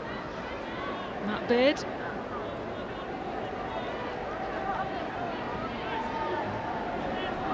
Liverpool were unbeaten in the last 3 WSL games before this one.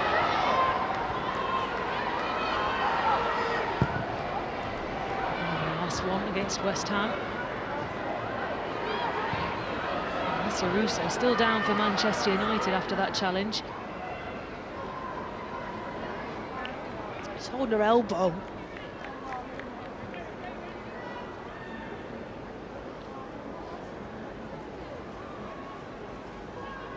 A number of occasions she's had to receive contact, let's say, from a centre half. This is a different one. So this is just as she slides to ground, really. Difficult to see, just sort of, she made contact with the ground. Hopefully it's just something she felt like jarred. There's nothing visible, is there? I've seen an elbow dislocation and they are pretty graphic and obvious. And she got everything, hasn't she can hold. I don't think there's any contact from studs, it's just as she places her arm down on the ground and maybe just gaps it a little bit, just opens up the lateral joint.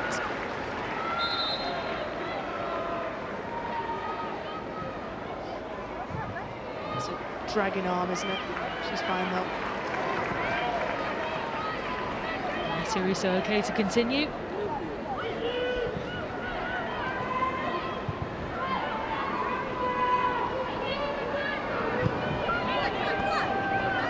Badier. Trying to find Garcia, but Holland was getting in the way and gets the free kick for Liverpool. Excellent play from Kerry Holland. Just looking at Alessia Russo, Ella Toon, they've barely had a touch, have they, other than that last little run for Alessia Russo. Lucia Garcia, the one time she got down the right, it was blocked by Taylor Hines, so certainly it's been an impactful half-time team talk. And the girls have responded, that's the most important thing. Campbell will take the delivery. Head forward and over.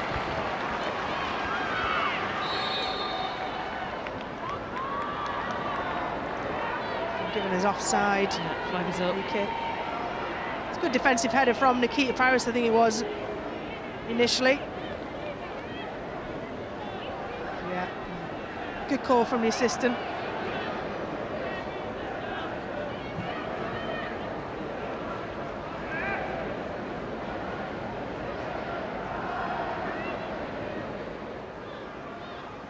Is excellent over the last couple of years to see the standard of refereeing generally has been exponentially better. I believe that under Howard Webb and the new PGMOL setup that the WSL referees are involved in that and will much more professional outfit now.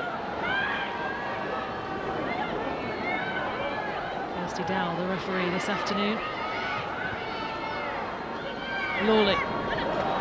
Skip away from Battier, but steals it away. Now Nikita Paris. Trying to find the feet of Russo. Fahy getting in the way.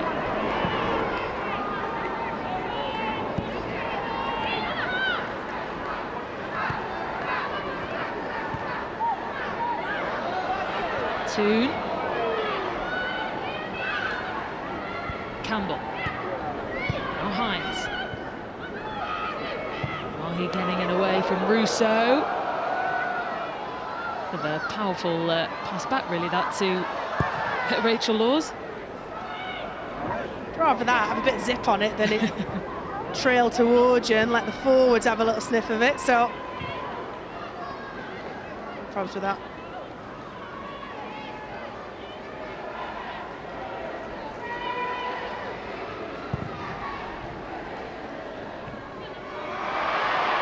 Russo was looking and found, the referee says no. Away by Battier, and that will be free kick to Manchester United. Just getting congested in the middle there, midfield, Kerry Holland, Jazz Matthews.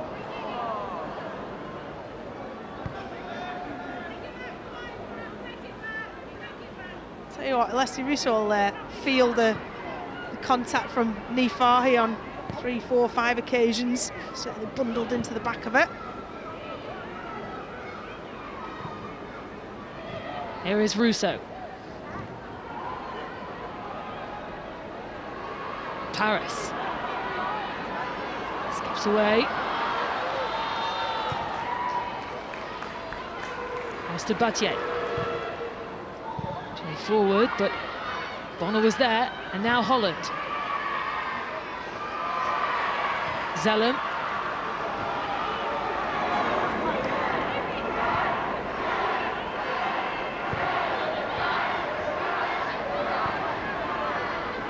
Here's Ella Toon. Paris.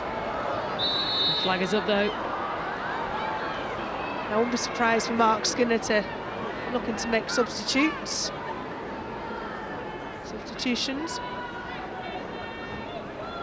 First real bit of attacking play for Manchester United, and Keith Paris does stray well offside. Easy one for the assistant.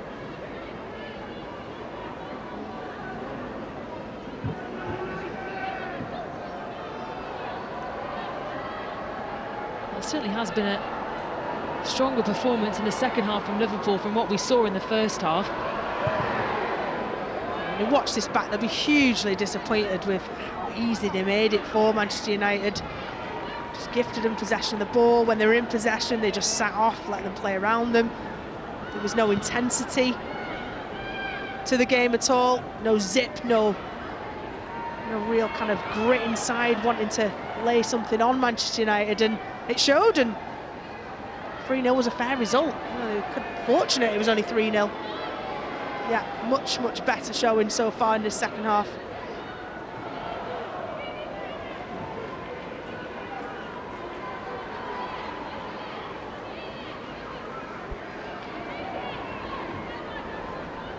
get from Gemma Bonner. She is a leader, an organiser at centre half. Very well experienced in the Fahi. Take her a little bit of time to get up to the full speed, the pace of the WSL,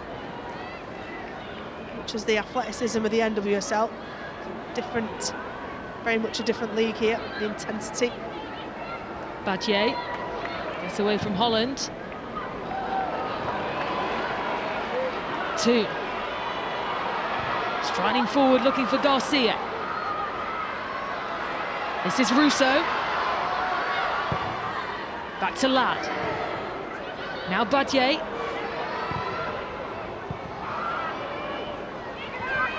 Zipped in, but couldn't find the red shirt she was looking for. Bo Kearns gets it away from 2.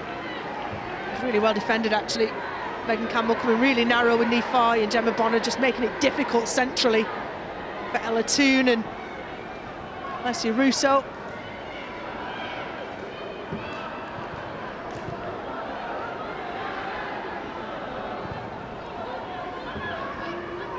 Battier. Zellen. Off to Garcia, and well timed there by Taylor Hines. Yeah, excellent again from Manchester United, but perfectly marshalled by Taylor Hines and the Liverpool team. They're tracking the runners. Taking it short, Manchester United. Battier up against Campbell. Battier with the cross, looking at the far post for Garcia.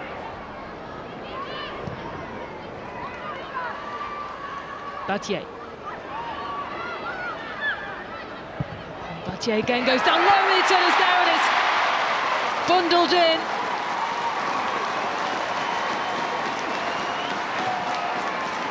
I think it might go down as an own goal. But Manchester United won't care. They've got 4. Yeah, we just need to see if Millie Turner's shot was on goal. It's going to be given to her in the usual combination. Onabaje taking on Megan Campbell. Doesn't get quite tight enough. Drills it across. I think the ball was going wide. And is that a second deflected goal for Gemma Bonner? When you're positioning, when you're in a box. I think it came off. My fault. Visto, yeah. Yeah, I mean, Farah mentioned at half-time that she players in the box. Plenty of players, but are they effective? Are they doing anything? Are you on the top of your goalkeeper? Another example of that. You know, as a goalkeeper, you've got to marshal your players. You've got to organise them in front of you. If you don't want them in there, you've got to tell them, get them out. It went from bad to worse for Liverpool. Manchester United with a 4th goal. Emma Coy-Visto. Liverpool got a chance with the long throw, Megan Campbell.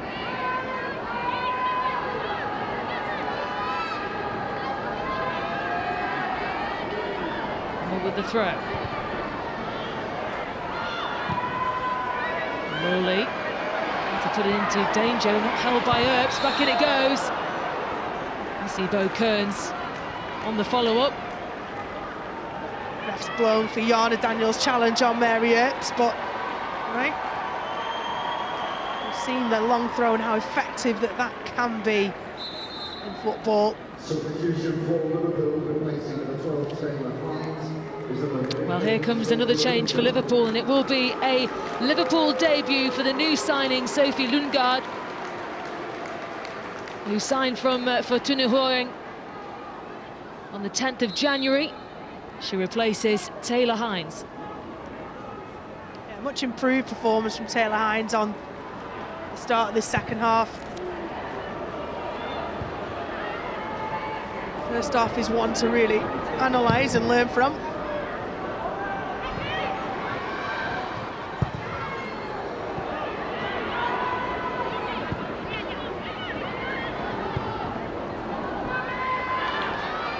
Rowley trying to get there, but seen away by Letitia.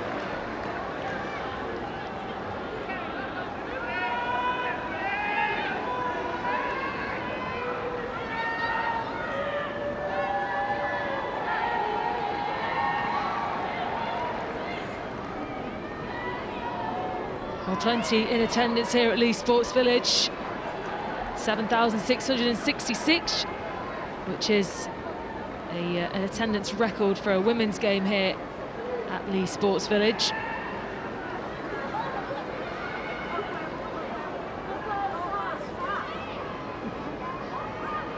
Well, in their very short existence, Manchester United women, they are fighting it out with the best of them, aren't they, in the WSL? And in a lot of ways it's enviable in such a short space of time what they've been able to achieve, what they've done.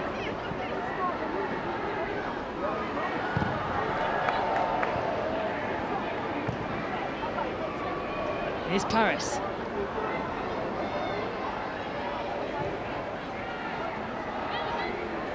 Turner.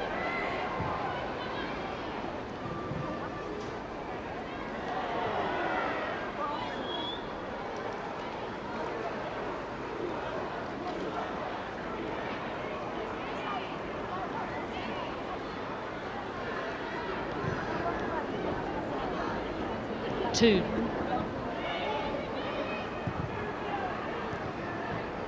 Oops.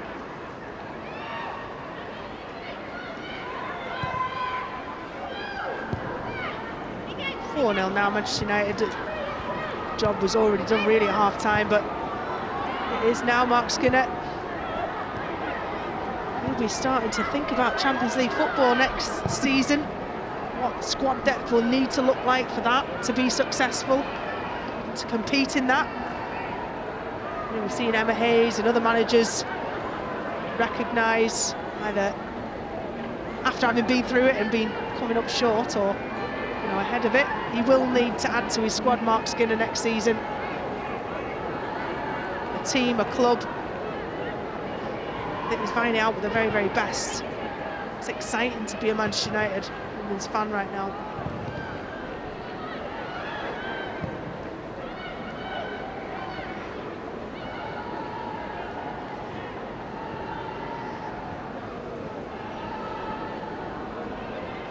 Listo trying to hold onto the ball for Liverpool.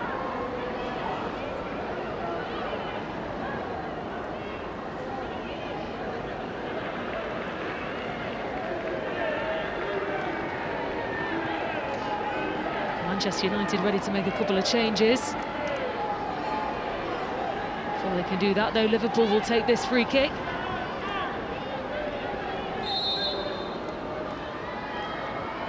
Kearns with the delivery. Russo got there. Garcia tries to get it away, actually rebounded off Matthews. And picked up by Koivisto.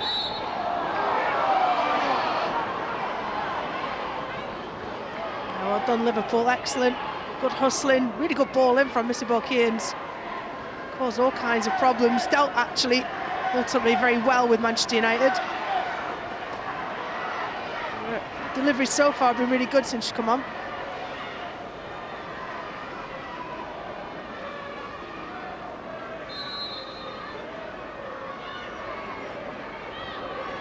So Campbell with the delivery, carried away by Ladd. Took by Holland. It's a turn and get away from Russo. Yeah, right decision. Russo on a number of occasions, not just her but Toon, but particularly Russo, I recall, on set pieces defensively has been excellent. It's easy to be blasé going through the process of knowing where you're supposed to be on set piece drills, but she's executed brilliantly.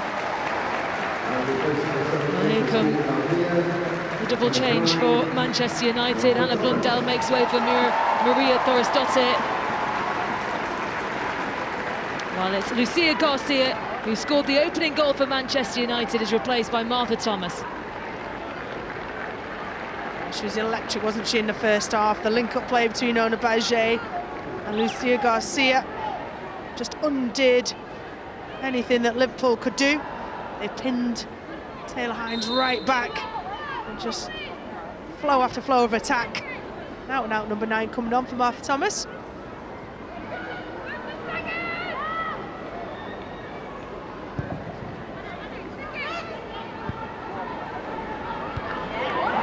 heading on to Thomas. Manchester United coming forward in numbers. Thomas looking for the cross in, but away by Liverpool. This is Kearns. Daniels will chase it down, Letitia to it. Back to Mary Earps.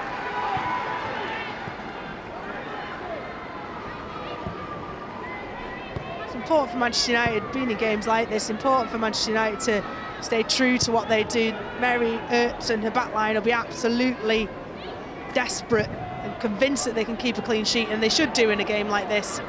The lack of concentration, if they don't.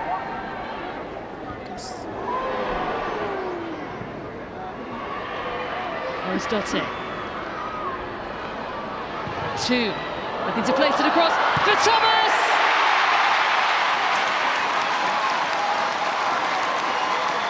Impact off the bench. She's only been on the pitch a matter of minutes. She's on the score sheet, and Manchester United have 5. Second touch, I think, Martha Thomas. Brilliant, but it was the brilliant ball, wasn't it, from the left-hand side this time. Liverpool has shored things up down the right-hand side, but this time, good play. Torres Dottir, who's just come on as well. Just swivels. So much space down that right-hand side. What a ball in that is. Puts it on a plate. Jazz Matthews comes sliding in. Ella Toone has got such phenomenal ability to be able to pick that out with her left foot. The pace of it, the curvature of it. Just too far beyond Jazz Matthews there to be able to get any form of interception. And again, you know, we've had 2 deflected goals from that same 3-4 yards area. I can't say I haven't deserved it. Well, that's 2 goals in the last 2 games, Martha Thomas. It's her first goal in the Women's Super League this season. Manchester United now really in cruise control.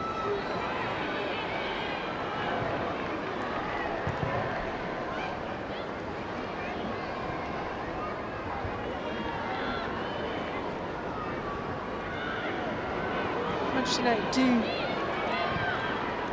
keep a clean sheet. That'll be 7 this season. Best in the league. Toone will try her best to keep it in.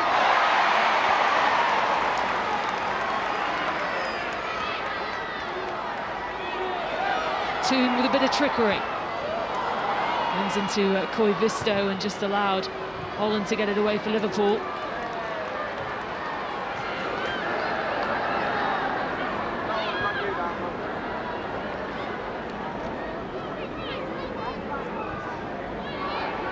In position like this, you've got to play the ball smartly. Liverpool have been much improved this second half. They're going to start tiring. Be sensible. Mark Skinner won't want any of his players, Manchester United players, to become unavailable because they've been dwelling on the ball and get caught.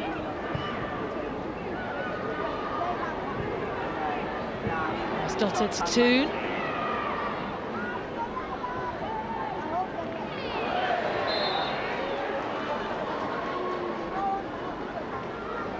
Rightly not happy. Oh, they're just whipping her up there, clipping her heels.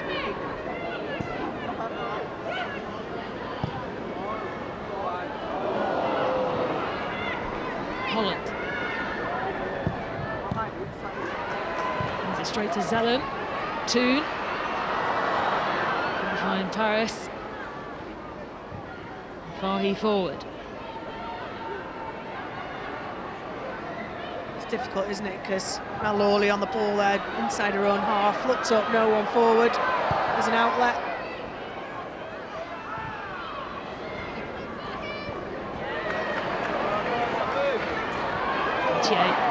Chasing it down to get there ahead of Campbell. Thomas.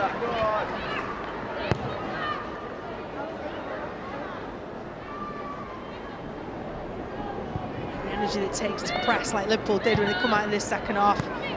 Starting to see now tired decisions, tired passes from Liverpool.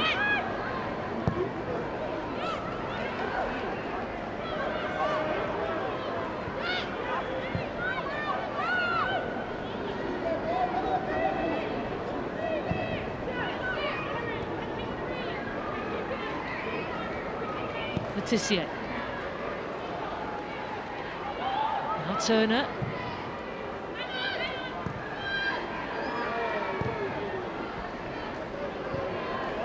It's Dottir.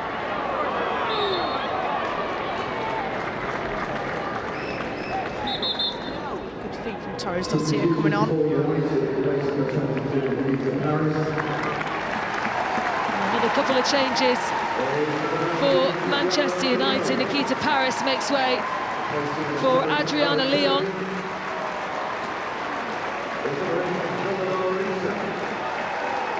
And Ella Toon also makes way for Vilde Boerisa.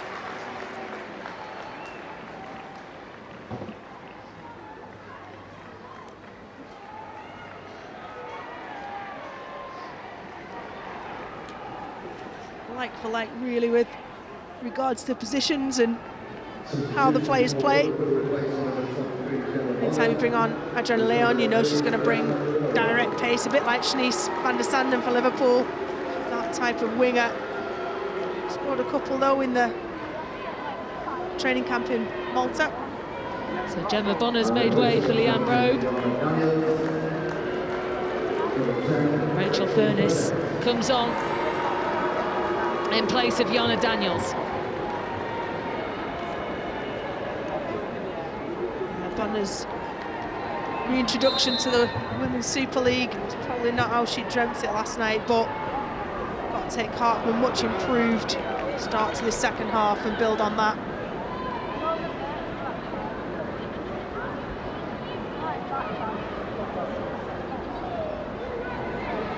He's trying to hold it, but Boris Dottir.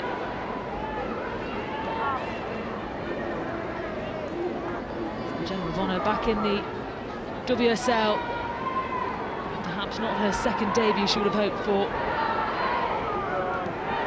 Yeah, I think it's an abrupt reality of where Liverpool are at compared to, you know, arguably one of the best teams in the league. Yes, their rise to that position has been very, very quick. Manchester United from being established to fighting for Champions League spots.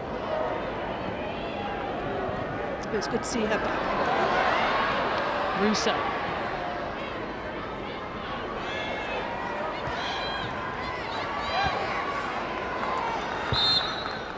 Hold on to it, will go Liverpool's way. Will Manchester United have had one eye on the earlier kick-off between Chelsea and Arsenal today, which obviously finished 1-1? Well, sorry, Peen, I was going to say it's the perfect result, wasn't it? Neither team's getting 3 points in any sort of stretch away. So yeah, it couldn't have been more perfect, really. Keep a clean sheet, and it's the perfect day for Manchester United women. Well, another change sees Alessia Russo, who scored the second goal for Manchester United, make way for Rachel Williams, who scored 7 times against Liverpool in her career, 2 hat-tricks. So perhaps a player that Liverpool haven't wanted to see come up against again, as she's on the final 12 minutes or so of this game. Yeah, perfect sub to bring on. She'll absolutely hound the back line with Rachel Williams in possession. Liverpool, she'll be on them.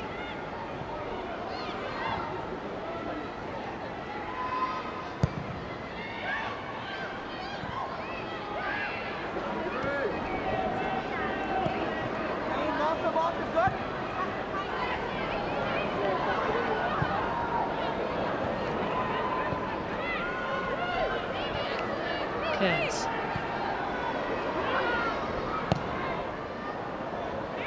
Not really the best ball, looking for Lawley. Comfortable for Earps. Mark Skinner will want perfection right to the end. A reminder, match of the day 2 is tonight on BBC One. That's coming up at 10:30.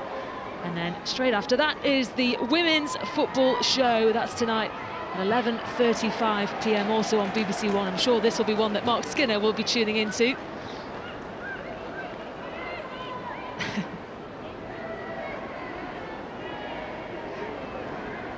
and Laura Bassett surely watch every single week. Williams. This is out, and Holland is forward for Liverpool. Koivisto.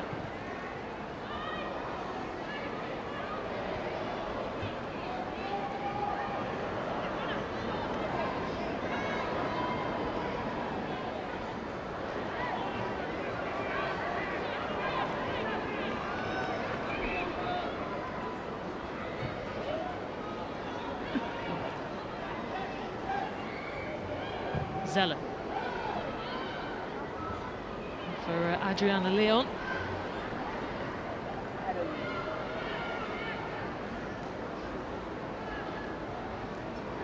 Two goals, Adriana Leon, in Manchester United's last game against Sheffield United in the League Cup. They won 4-0. Dottie.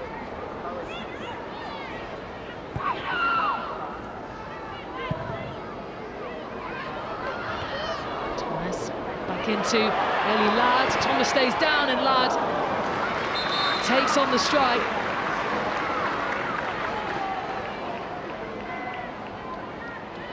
Obviously just got caught, Hayley Ladd. See the incident. Great feat from Hayley Ladd, by the way, to get that shot off. Oh, you can see Jazz Matthews' old trick, standing on the attacker's foot so she can't jump. Clearly it was accidental, I'm sure. Good to see her get up. Good impact, isn't it, that Mark Skinner can bring on Adriana Leon, Martha Thomas, players who can come on and straight away score a goal. Zeller.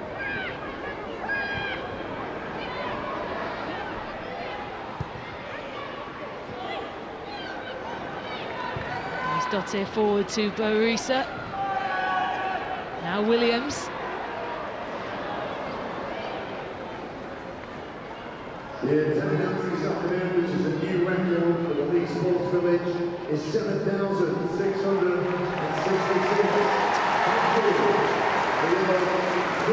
Well, they've just announced the attendance here inside Leigh Sports Village. A home record for a Manchester United game in the Women's Super League. I remember coming to their first ever game in the Conti Cup back in August 2018 and being a scattering of avid Manchester United fans wondering what the women's team was going to be all about under the stewardship of Casey Stoney, of course, in that foundation year.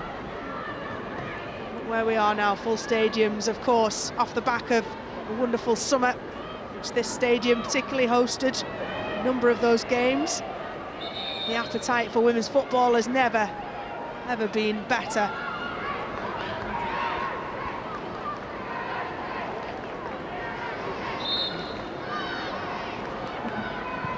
Allen with the free kick delivery. Thomas was trying to tower over. Kearns is taken away by Ladd. Ladd with the cross in. Williams is there with a header and it's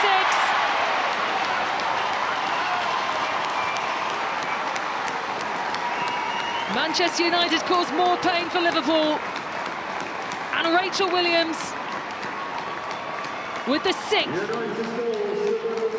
for United. Well, former England centre-forward, Rach Williams, Team GB 2012.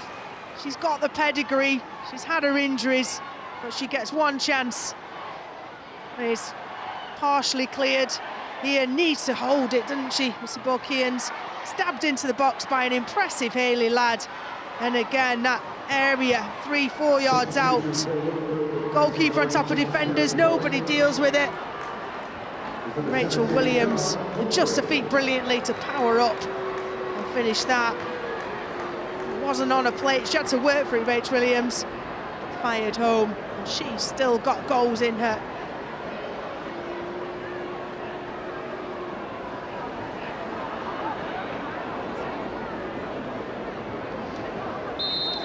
Well, Liverpool, during that, making another change. Carla Humphrey.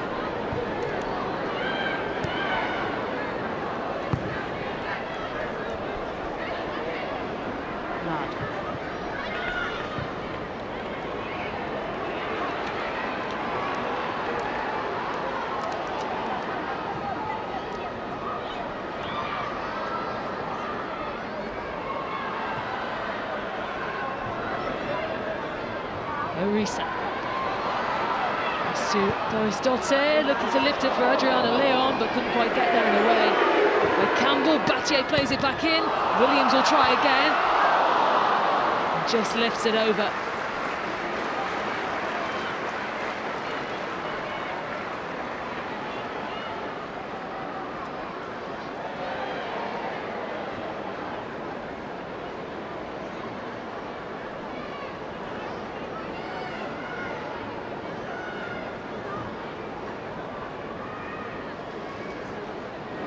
long to go. Rachel, an opportunity to ask you who your player of the match is. Well, we've had goal scorers galore, we've had assisters galore, and could go under the radar, but my old teammate Nikita Paris has been a workhorse from the first minute, on the left side, on the right side. She has caused problems for the backline of Liverpool. She is a player who never, ever gives you an inch. Well done, Nikita Paris.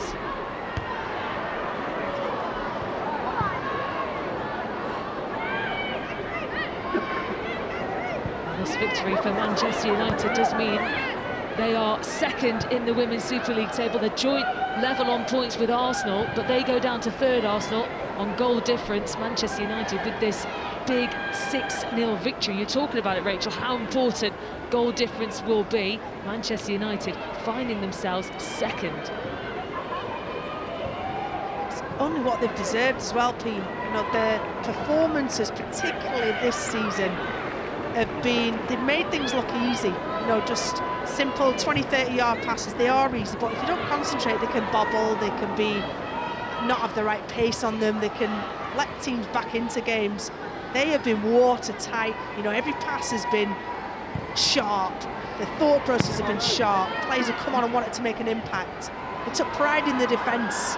You know, they're shaping up to be a really top team, Manchester United.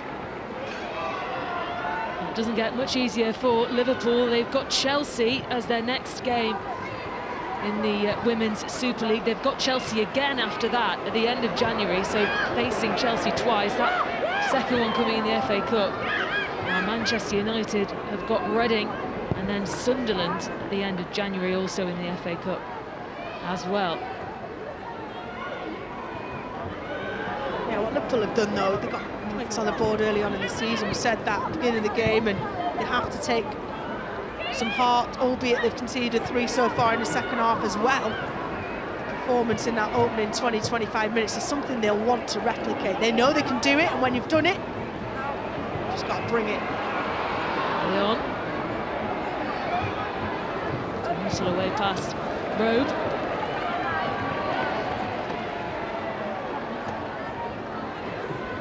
That's a goalie, that. Sophie Bagley catching it on the bench.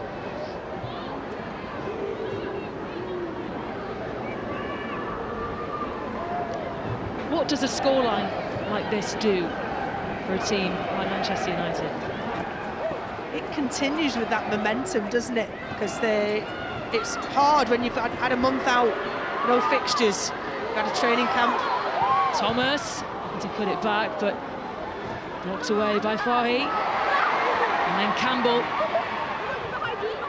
Yeah, to go back to your question, to capitalise on that early season momentum when there's been a big break, and I think Mark Skinner's clearly done an excellent job in keeping that pot kind of bubbling, the enthusiasm, the attention to detail, and I think that's what's impressed me the most. It's really taking care of the basics. Boris Dottir on the turn to try and get away from Koivisto. Adriana Leon.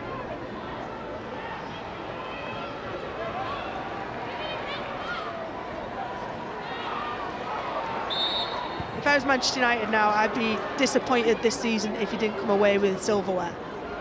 You know, yes, of course, finishing Champions League, he knows it's not a given, but it's certainly highly likely now this season for Manchester United. But he'd be targeting, you know, silverware this season. Well, into 4 minutes of additional time.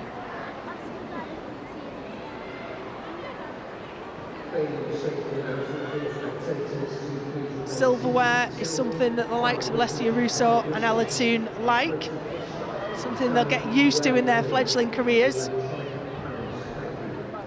he'll be desperate, as the club will be, and her teammates, to show that Alessia Russo stays at this club beyond the summer. Turn it back to Earps.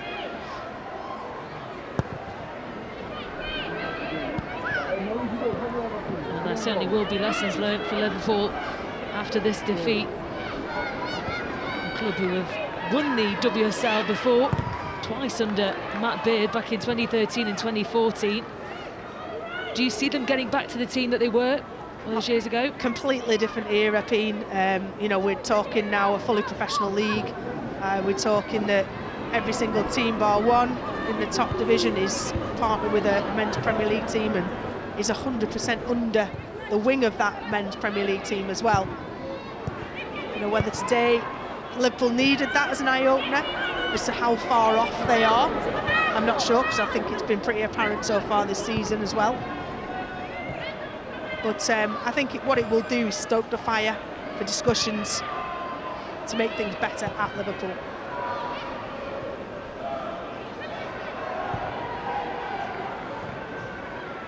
Ladd.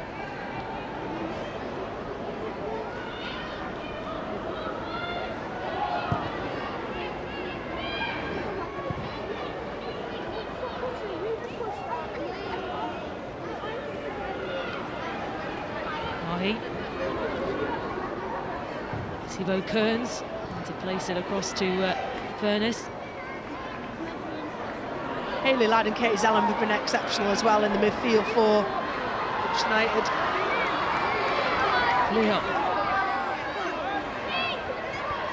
It's away from Robe. Gianna Leon into the penalty area. Away it goes though to Thorisdottir.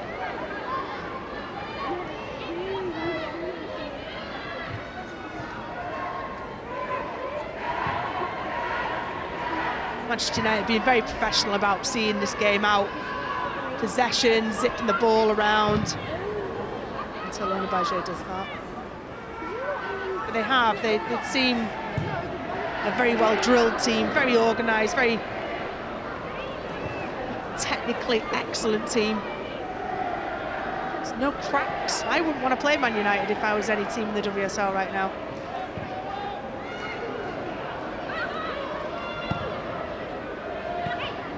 Thomas. Zellum. Thomas will try and chase that down, as will Battier up against Matthews.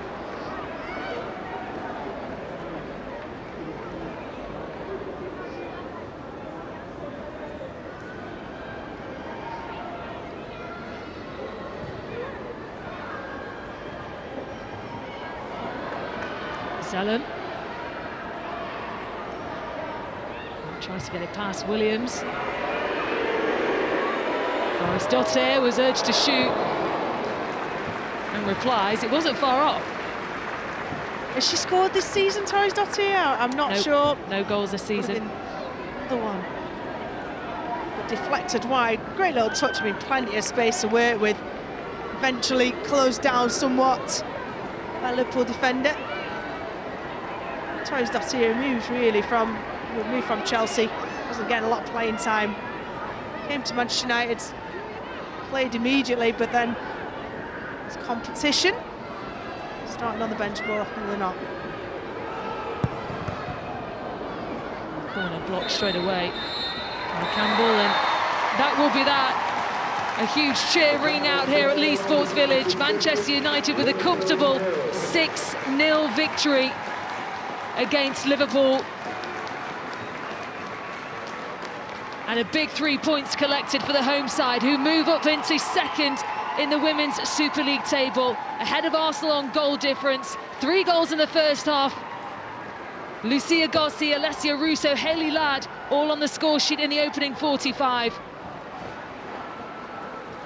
Then it got an own goal from Koivisto. Martha Thomas off the bench and Rachel Williams getting involved too. The full-time score here at Leigh Sports Village, Manchester United 6. Liverpool 0.